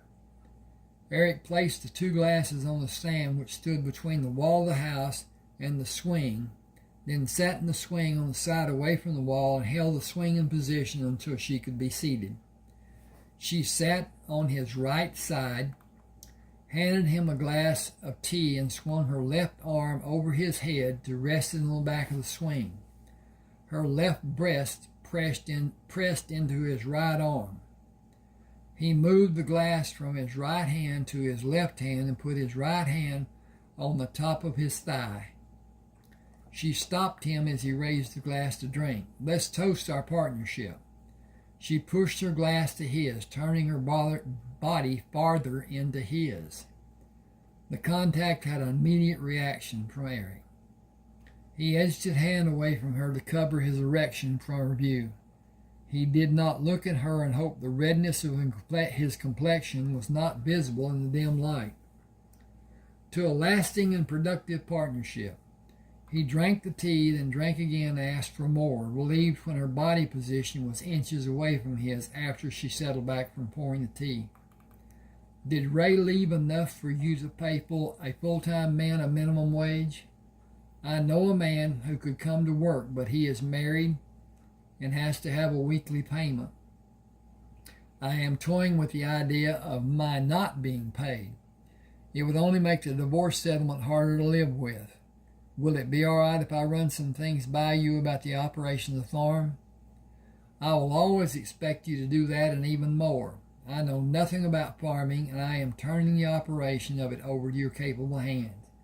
Set your schedule as you may need and make this a profitable operation. I will bow to your good judgment. As to your pay and mine, since we are working as a partnership, our pay will not happen until the crops are finished and the different animals are sold. Isn't that how farming works?" It is. Sorry about that. "It is. Usually the money from the farm operation is borrowed and the banks get the lion's shares and little is left for the farmer. We have to organize. Selling some of the old equipment and getting larger equipment will be the first step. Ray has all those tractors and could really only use 2 or 3. We need a tractor that is bigger than the Farmall M, but keep the M. It will do to pull some of the older equipment. I'd sell all the rest. That may be enough to pay for the bigger tractor. He only used a 2-bottom plow. I'll need a reversible 4-bottom plow later on, but before we start plowing this coming winter. He has a single-stage disc that's only 12 feet wide. The drill takes forever, but Ray liked it that way. I need volume and speed. Hang on just a second, please. And so we're up here and we're doing great. Okay.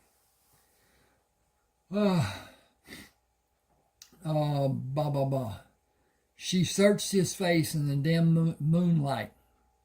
I don't have the slightest idea what you're talking about, but I know Uncle Ray liked to putter around the farm, and he didn't give a wink about what he called newfangled things. I know the earth here is excellent for growing, and I would like to be both productive and pleasant. I know that trying to do something with the wrong equipment can be a living hell. I don't have a large amount of money, but I do have some, and I have the ability to get whatever may be needed. I cannot use the farm as collateral. It is not mine, and only have it until the rightful owner is named. I will be allowed the necessary time to finish a physical farm year. After the owner's name, Uncle Ray did not leave any money to any of his relatives. Most of his people were in debt to him.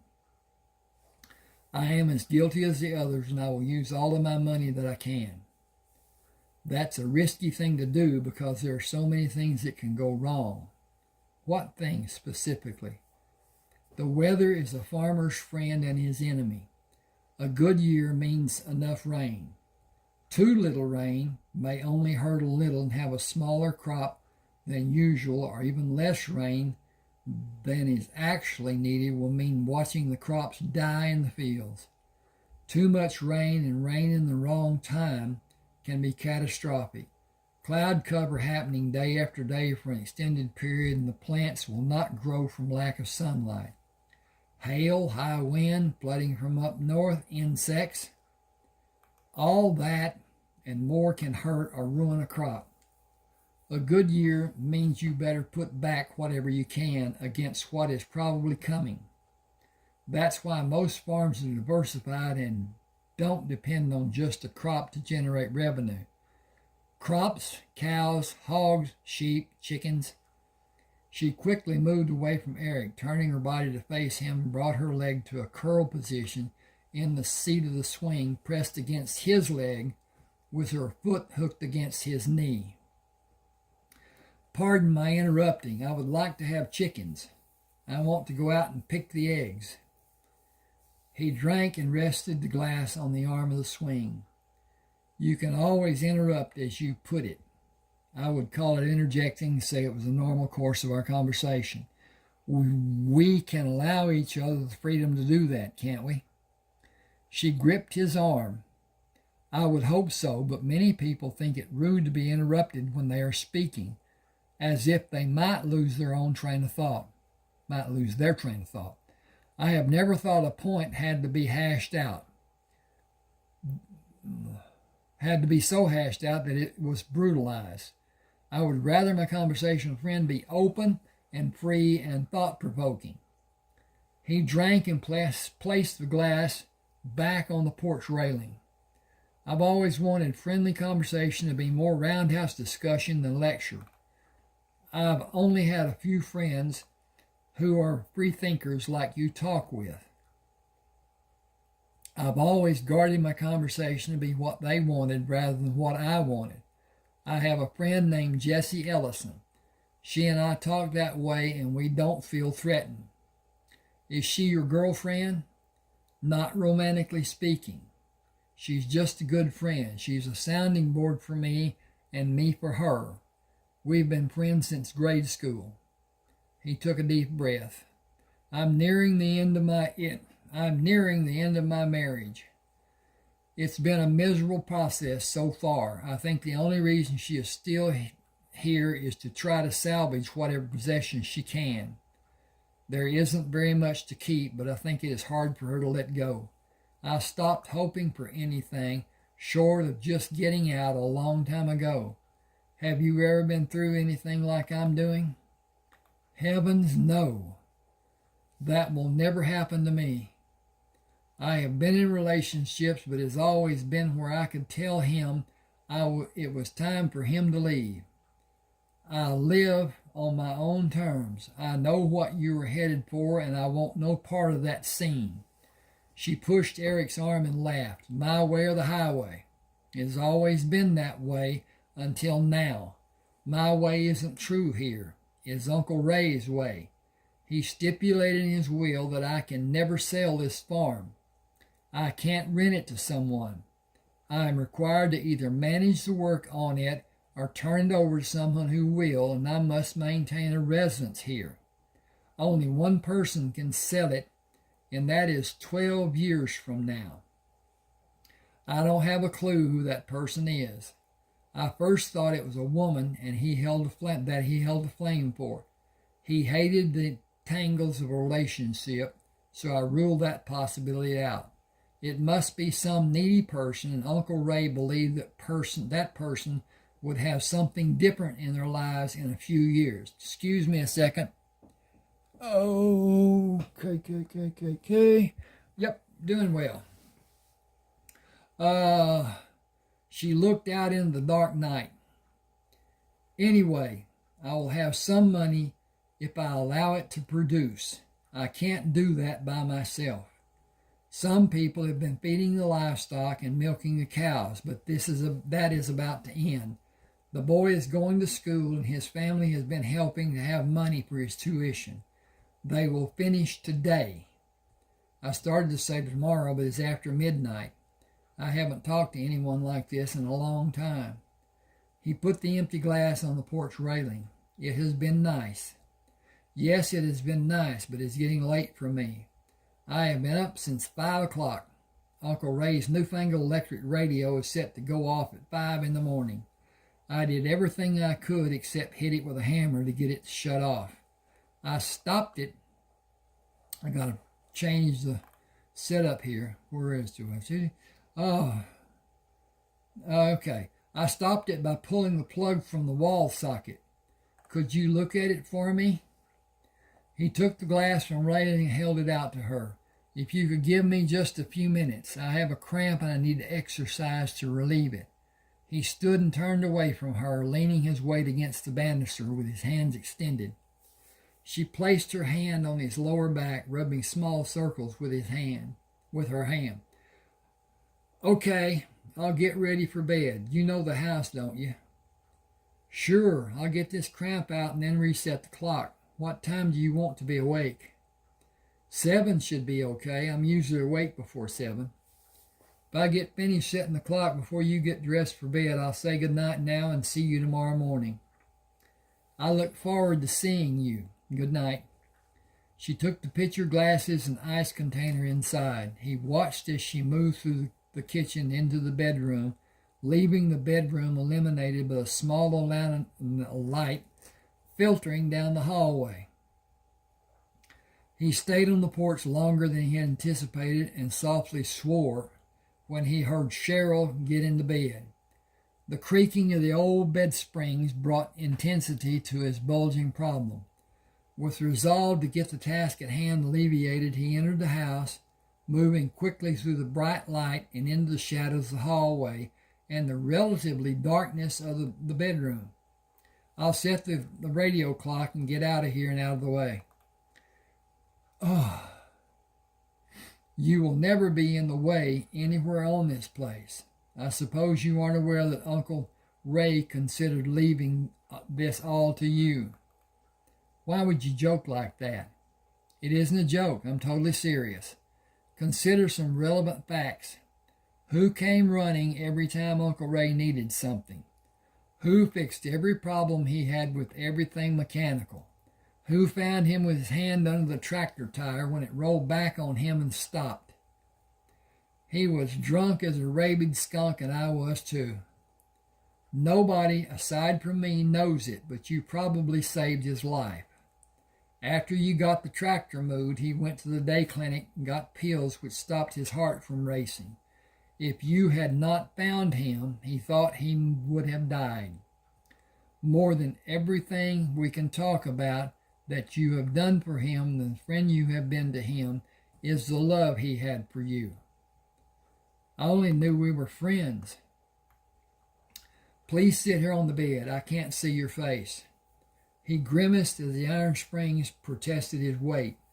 His half erection became full again, and he wondered if his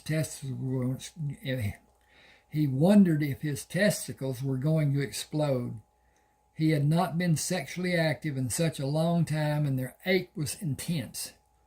Memories of high school when he and Kay would get each other excited until he had difficulty walking prompted him to ask, would it be all right if I just lie back a little while and see if this cramp will go away? I'll lay with my head to your feet and leave my feet on the floor. It is really beginning to hurt. Naturally you can. Can I do anything for you? Honestly? It can never be any other way between us. I know, but honestly it's harder to rule the day in my life, and to have you be so close to me and be beautiful, exciting, and sensual woman that you are has been pure agony for me all evening. I've had the greatest erection of my life, and I can't get it to go down. You pushed your breast into my arm when we were sitting on the swing and popped up like a periscope on a nuclear submarine. It's been looking for a target all evening. I am an old woman. What does that have to do with an erection? Do you think I'm perverted because you do you do such wonderful things to me? I am old enough to be your mother. A young man like you shouldn't even look at a woman as old as I am, and he certainly shouldn't have erotic thoughts. You should be repulsed. You should be ill at the slightest thought of me. He sat up on the side of the bed, reached over the blanket which covered her, and pulled her into the light coming to the doorway. Are you repulsed by me? Of course not. Oops, that should have a... Okay, hang with me just a second. I got to put quote marks. Weren't there. Of course not. You're a young Adonis. Any young woman will want to be with you, but not just any older woman. That is not saying any woman will not want to be with you, but there are certain priorities. Society does not treat mated December unions kindly. Does society rule your life? Heavens to Betsy, no. Mine neither. I march to whatever drummer I like. I have been close to death so many times in my life. I am going to live my life in whatever manner I'm able to choose. It may be dictated to me when this or that is out of the realm of possibility, but you aren't if you allow it. I'm going to change this and put that back there. It may be dictated to me when this or that, okay, whatever. Then what would you do? Oh, wait a minute. If I wasn't married, I would lean over and kiss you right now. Then what would you do? Are you teasing me or simply making light of me? Neither one. I am merely wondering what you do or do not know. Know about what? Sex and sexual responses. I didn't know there was going to be a test. There is always a test, whether you know it or not. Someone is always judging you on any number of levels. For instance, and only to show the point I'm making about judgments. When you started up the lane, most people would have driven faster to go over the bumps in a shorter period than you did. You were then judged to be many things: patient, caring, intelligent or wise, experienced, diligent, perseverance. Should I continue? You made your point, but where does that include sexual knowledge? It does and it doesn't, but I was making the point of your being tested. The question of sexual knowledge or lack of knowledge is what would you do next that would be well received by your prey? She paused for effect. Yes, pray, because I have not exhibited any desire for you. Your kiss could be well received or send up a flag of warning. Then I could only wait to see what response I got from you. She put her hand on his arm. Would you jerk away from me if I sent a negative message, or would you jump at me like a waiting predator if I sent a message of acceptance? Or would you endeavor in either case to bring my response to a more favorable point by merely containing the kiss and make it many kisses, which are continuous and allow us to each build a base of desire? How much role would your tongue play? My tongue? You might have employed it. You may be right about my knowledge. I have no idea how my tongue could have been a part of our kissing. Haven't you ever kissed someone with your tongue? No, that's disgusting. On the other hand, it could be very pleasurable and very erotic. She paused. Enough of this. You're not going to do anything, so turn the light on and adjust the clock. Tell me about the man you're going to hire to work on the farm. He sat on the edge of the bed with his back to her, turned the switch of the lamp on the bedside table, and adjusted the clock. His name is Hector. It is a well-suited name for him. He is a Mexican national, here with a green card. The green van cannot come and get him and haul him away. He and a whole passel of Mexicans are living in the Walters' old house north of town. He hasn't been able to get work, and he's good with animals. I think he is a tireless worker, but we will have to see how much of my faith is warranted. It may be too much for him, and we may have to get another to help him. I'll bring him out in the morning. You can see if you want him to stay. I will merely tell him that I have a day of work for him, and we can go from there. I have worked him that way before. Do you trust him? I trust him to do the work he may be asked to do. I trust him to act as if he wants to keep the job and not do anything to jeopardize it. I trust him to keep his word to me. Would I trust him with a large amount of cash? Not if my life depended on it, because he will send every penny he possibly can to his family in Mexico.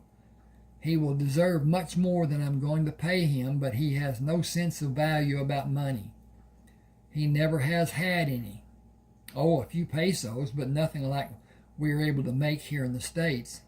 Too much money, and he will think we are insane or outlandishly rich.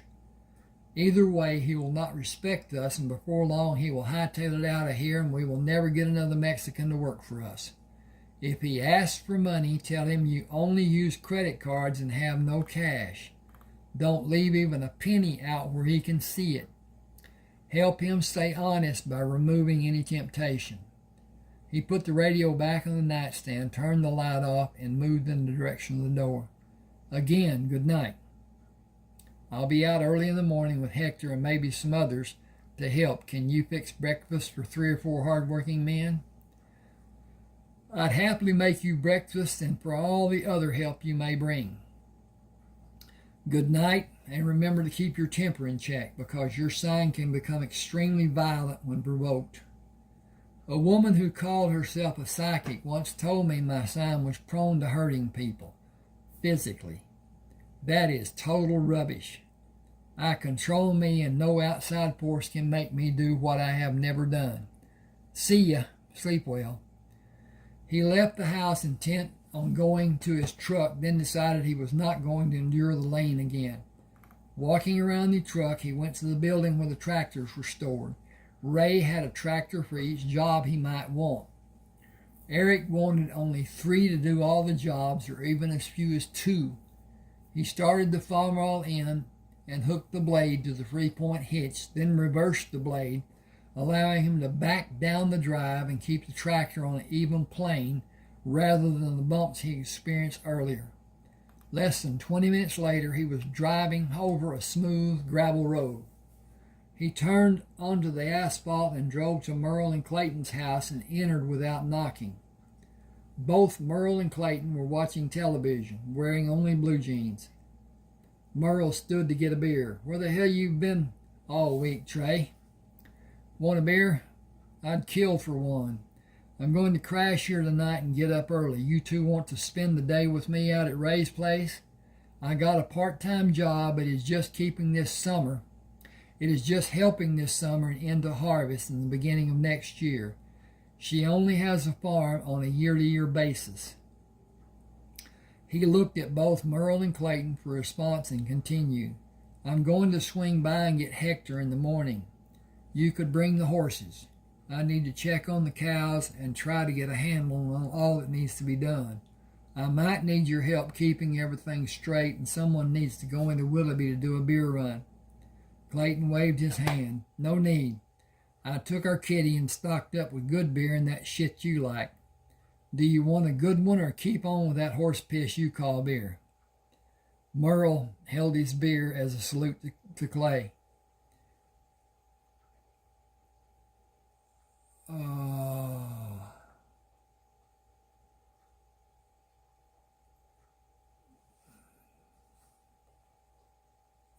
That's not. I got to redo this. Hang on a second. Merle held his beer as a salute to Clayton. We got pizza too. Want some? Who are you working for out at Ray's? I heard there was an old lady living out there now. Wait till you see this old lady. She is a living dream, a total knockout. Clayton leaned over in Eric's direction. You don't usually say much about women other than Kay. Is she really that good looking? Looks don't mean that much to you. What's going on? Man, oh man. I about dropped my teeth. Hang on a second. I think I got a comma coming up right there. Okay. She's almost as pretty as Jessie, but Jessie is more classical in her looks. Cheryl is less refined, but she did something special for me. I stood there like a schoolboy and plain acted stupid. We talked for a long time after I did my stupid act. I really enjoyed her. Man, is she smart. She has a master's degree in business. He sat in the overstuffed recliner. She said she would cook breakfast for us. Have we got some stuff to take out there? I don't know how much she may have. I'd hate to get out there and not have enough. Merle handed him a bottle of beer and a large slice of pizza. Thanks. Want to come out with me? Merle twisted the cap off the beer as he sat down. You going to pay us, or is this another of your neighbor helping neighbor things? We'll have to wait and see. Anyway, what are you going to do besides sit here and get bored? Clayton slapped Merle on his protruding stomach. Bored and fat. Merle hit him on the upper part of his arm. Look who's talking. Gained 12 pounds in the last 2 months. 2 months. Growing men gain weight, and girls tell me a lot of it is going where it does them the most good. Yeah, sure. That's why they call you Chief Littlepecker. You two knock it off before you get in another fight. As late as it is, I need to eat this and go to bed. After last night and working all day today, I'm pooped. Kay and I had another fight last night, and she did the old thing of leaving the bed to sleep on the couch and then coming back to tell me I could sleep on the couch, then leave again and come back. That went on for about 3 hours. My ass has been dragging all day. I can't go through that again, so I'm going to stay away from her a little while. She'll be just as happy if she doesn't have to put up with me. It may not help, but it can't hurt. He drank from the bottle. Then I had the good fortune to see Martha at the store. I had to go there to get a loaf of bread. Now everybody in this part of the world will know I went out to see Cheryl. Merle saluted him with a beer bottle. Welcome to the real world. Why should me and Clayton be the only ones to enjoy that fact of life? We washed clothes this afternoon. Yours got washed too. You need to clear the clothes off the bed to get ready to sleep, or just fall in on all of it. If you take my advice, you'll drink enough to really sleep either way. I'd only have a roaring headache in the morning. Can't afford that. I really need this job. I only paid the lawyer half his fee, and he isn't going to do a thing for me until he gets his money. Excuse me. Got a tickle. Clayton stood and stepped over the coffee table on the way to the refrigerator. We'll give you the money you need to pay him. I know you will, but this isn't like it was our doing something together, and I want it to be my own thing. I appreciate both of you offering, and I may need your help before it's done. Merle looked at Eric. We're almost kin. Let us help. You can help tomorrow. Now I'm going to bed. No need to worry about the television being too loud. This pizza and beer will put me right to sleep. Good night. See you in the morning about 6. You want us to wake you up? You aren't up by 6. We'll be finished feeding by then. I'll set the alarm, but do get me up by 6 if you can. Hang just a second. Okay. Eric awakened to strange noises coming from the pasture where Merle, Clayton, and Eric had their horses at the rear and north side of the house. Patches, Clayton's horse, and Eric's horse Spots were playing in the bright moonlight. It was not unusual for Patches and Spots to frolic in the way horses do. Willie sometimes joined in the tussles, but the action was often too fast or too lively for his taste, and he usually stayed away from the mock battles. What was unusual about the play this morning was the low nickering and huffing which horses used to welcome each other.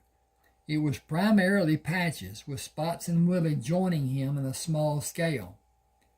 Patches was ecstatic, which is a most unusual occurrence for him, and more amazing, he was making noise to a dog as they ran. The dog was a shepherd mixed breed. Eric mumbled, "Big dog." He bent close to the window to see better. He must weigh around 120 or more. He watched as they moved from the nearest end of the pasture until they were out of sight. Turning the light on, he picked up the clock. 5:30 was earlier than he planned to start the day, but sleep would elude him as he contemplated what was to be done on the farm. He met Merle and Clayton as they were coming down the hall. "Early to start the morning, isn't it? I'll make coffee while you feed. Have you got anything to go in it?" Merle turned to go back down the hall to the bathroom. "I'll check the reservoir on the commode. If Mama found it, then we don't have anything." Clayton stopped and turned to face Eric. "This woman," I need to do some stuff here. Give me just a second. Dink. Okay. "This woman seems to have had quite an impact on you. She's old, isn't she?" "She was in her last year of college when I was born, but nobody has ever moved me like she did last night. I had a solid boner for more than 2 hours. Well, it went down a little until I saw her again in the bed." "She was in the bed and you didn't get any?" "I just met her last night. Let me tell you something that Merle and I have never told you before about women. We get laid more by being with you than any other time. We go to the VFW or Eagles or Moose, and you warm them up, and me and Merle cool them off." He put his hand on Trey's shoulder. "We tell them if they go to bed with us, we will tell you how good they are and get you to come to see them. And I guess that promise works. Give me a break. Are they all blonde?"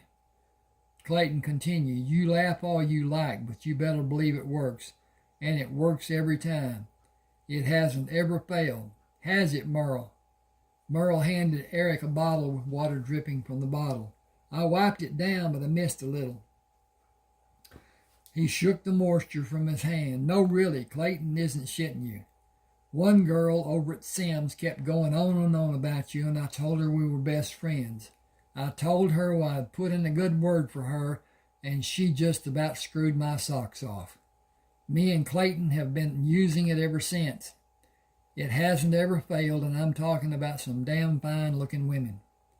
He stopped and grinned. "The bad part is this one girl I was already doing saw you when we stopped at the store. It took more than an hour for me to get anything to happen." He squinted his eyes at Trey. "Honestly, you don't have a clue how many women think you are out of their league and won't even try." They just get starry-eyed and go sit in the corner. Personally, I like it that way. Then us less handsome men can get a little action. Eric, I need to change this. Yeah, hang with me just a second. I'm using tray there when I shouldn't. Okay. Eric looked perplexed. Fine friends you are, don't even tell a friend when he's wanted. Clayton moved his hand to grip the upper portion of Eric's arm. Honestly, do you think you might start something with Cheryl? If you do, me and Merle need to watch what we say. You never know how a woman will take even the smallest wisecrack or joke. Do we need to be careful? Eric shrugged. Let's just say for now that I would not be able to tell you no. Last night, I was in absolute heaven. Absolute hell, too.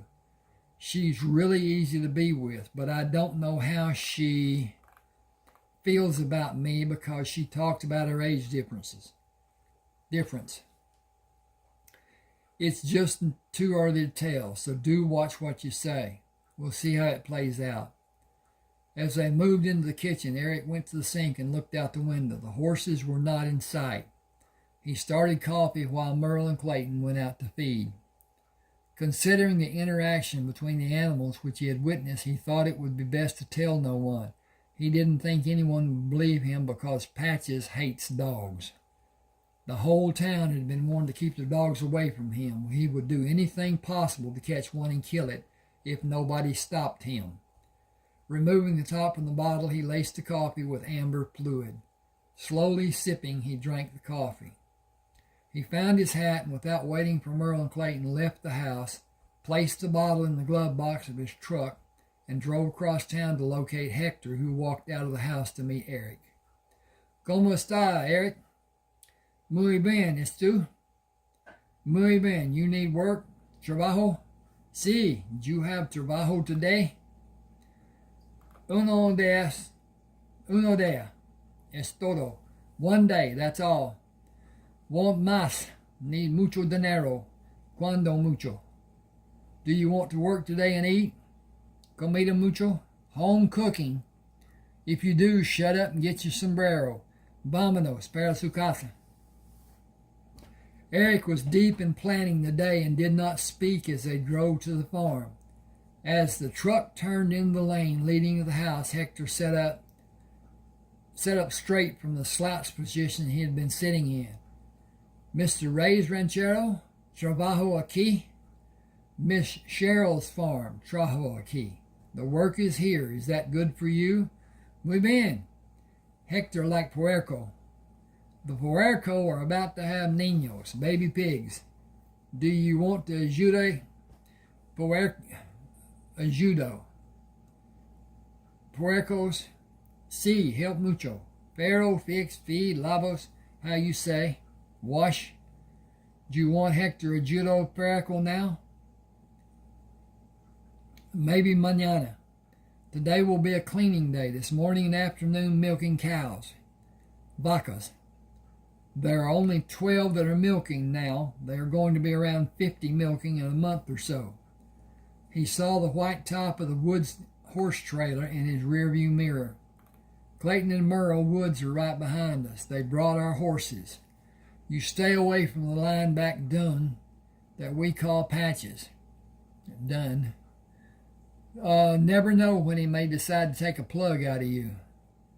Hector was not sure what Eric meant. Con permiso, como es take the plug? What is it? It is an expression about biting. In Espanol, mordor. We sometimes chew tobacco, and the bitten part we say is a plug. It is a Western colloquialism or saying. Stay away from the brown horse. Mucho peligro. Much danger. They drove by the house on the way to the barn without seeing Cheryl. Eric was both disappointed and relieved. He wanted to see her, but did not want the distraction from his work her presence would cause. He could only surmise what his reaction to seeing her for the first time in daylight would be. The embarrassment of the previous night was still vivid in his mind. Hector, can you start the tractors? Sí, paseo, también. Where did you drive a tractor? Sí, big hacienda in Mexico. Drive many, break ground, plant the seed, mucho trabajo. I'll show you which tractors need to be cleaned and which ones need to be greased and maintained. We're selling the ones you will be cleaning. They need to be as clean as you can get them, but hurry too, okay? Oh, sí, Hector makes shine. Muy pronto. Make milk, you see. Work on the tractors after you milk and clean the dairy. I will help if you need me. No, senor, I milk. I fix too. Clayton backed the trailer into the pens where they could back the horses out of the trailer without worry of someone new being hurt or upsetting the horses. Spots was laid back where Patches was high-strung. Willie was alert to anything he might be alarmed about. He seemed at certain times to make his own problems. He was not the type of horse a beginner would be able to ride. Patches bowed to authority and the steady hand. He was roguish otherwise and was prone to do anything which was unexpected. Spots relished the unsuspecting rider who sat in his saddle as if in a chair. He would buck the rider off and stand near the unseated rider to be remounted and possibly do it again. The three horses each required a firm hand from the knowledgeable rider. Hang on just a second. Okay. I'm gonna... Okay.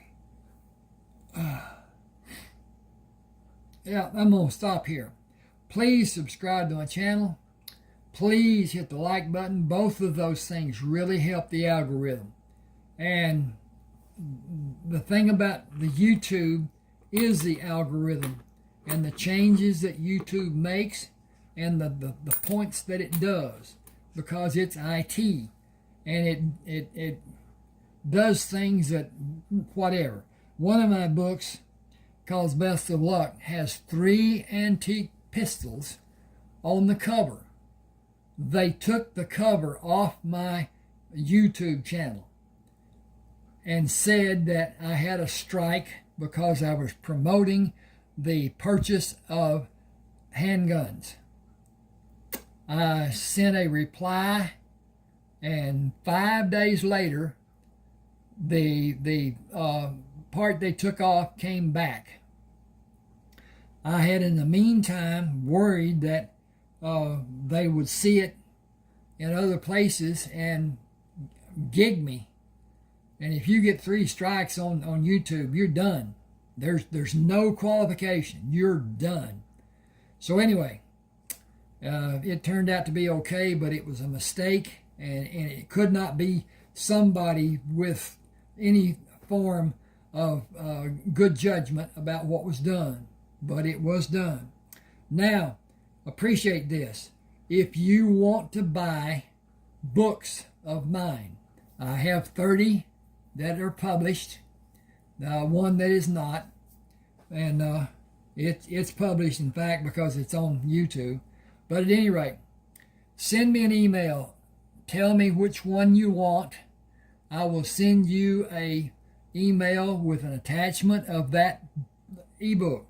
Remember, these are fiction. Nothing in these are actually true to be held to be this is that or this is that. It's what it is. It's fiction. And you can say it's poetic license. You can say whatever it is, blah, blah, blah. Understand that it's not real.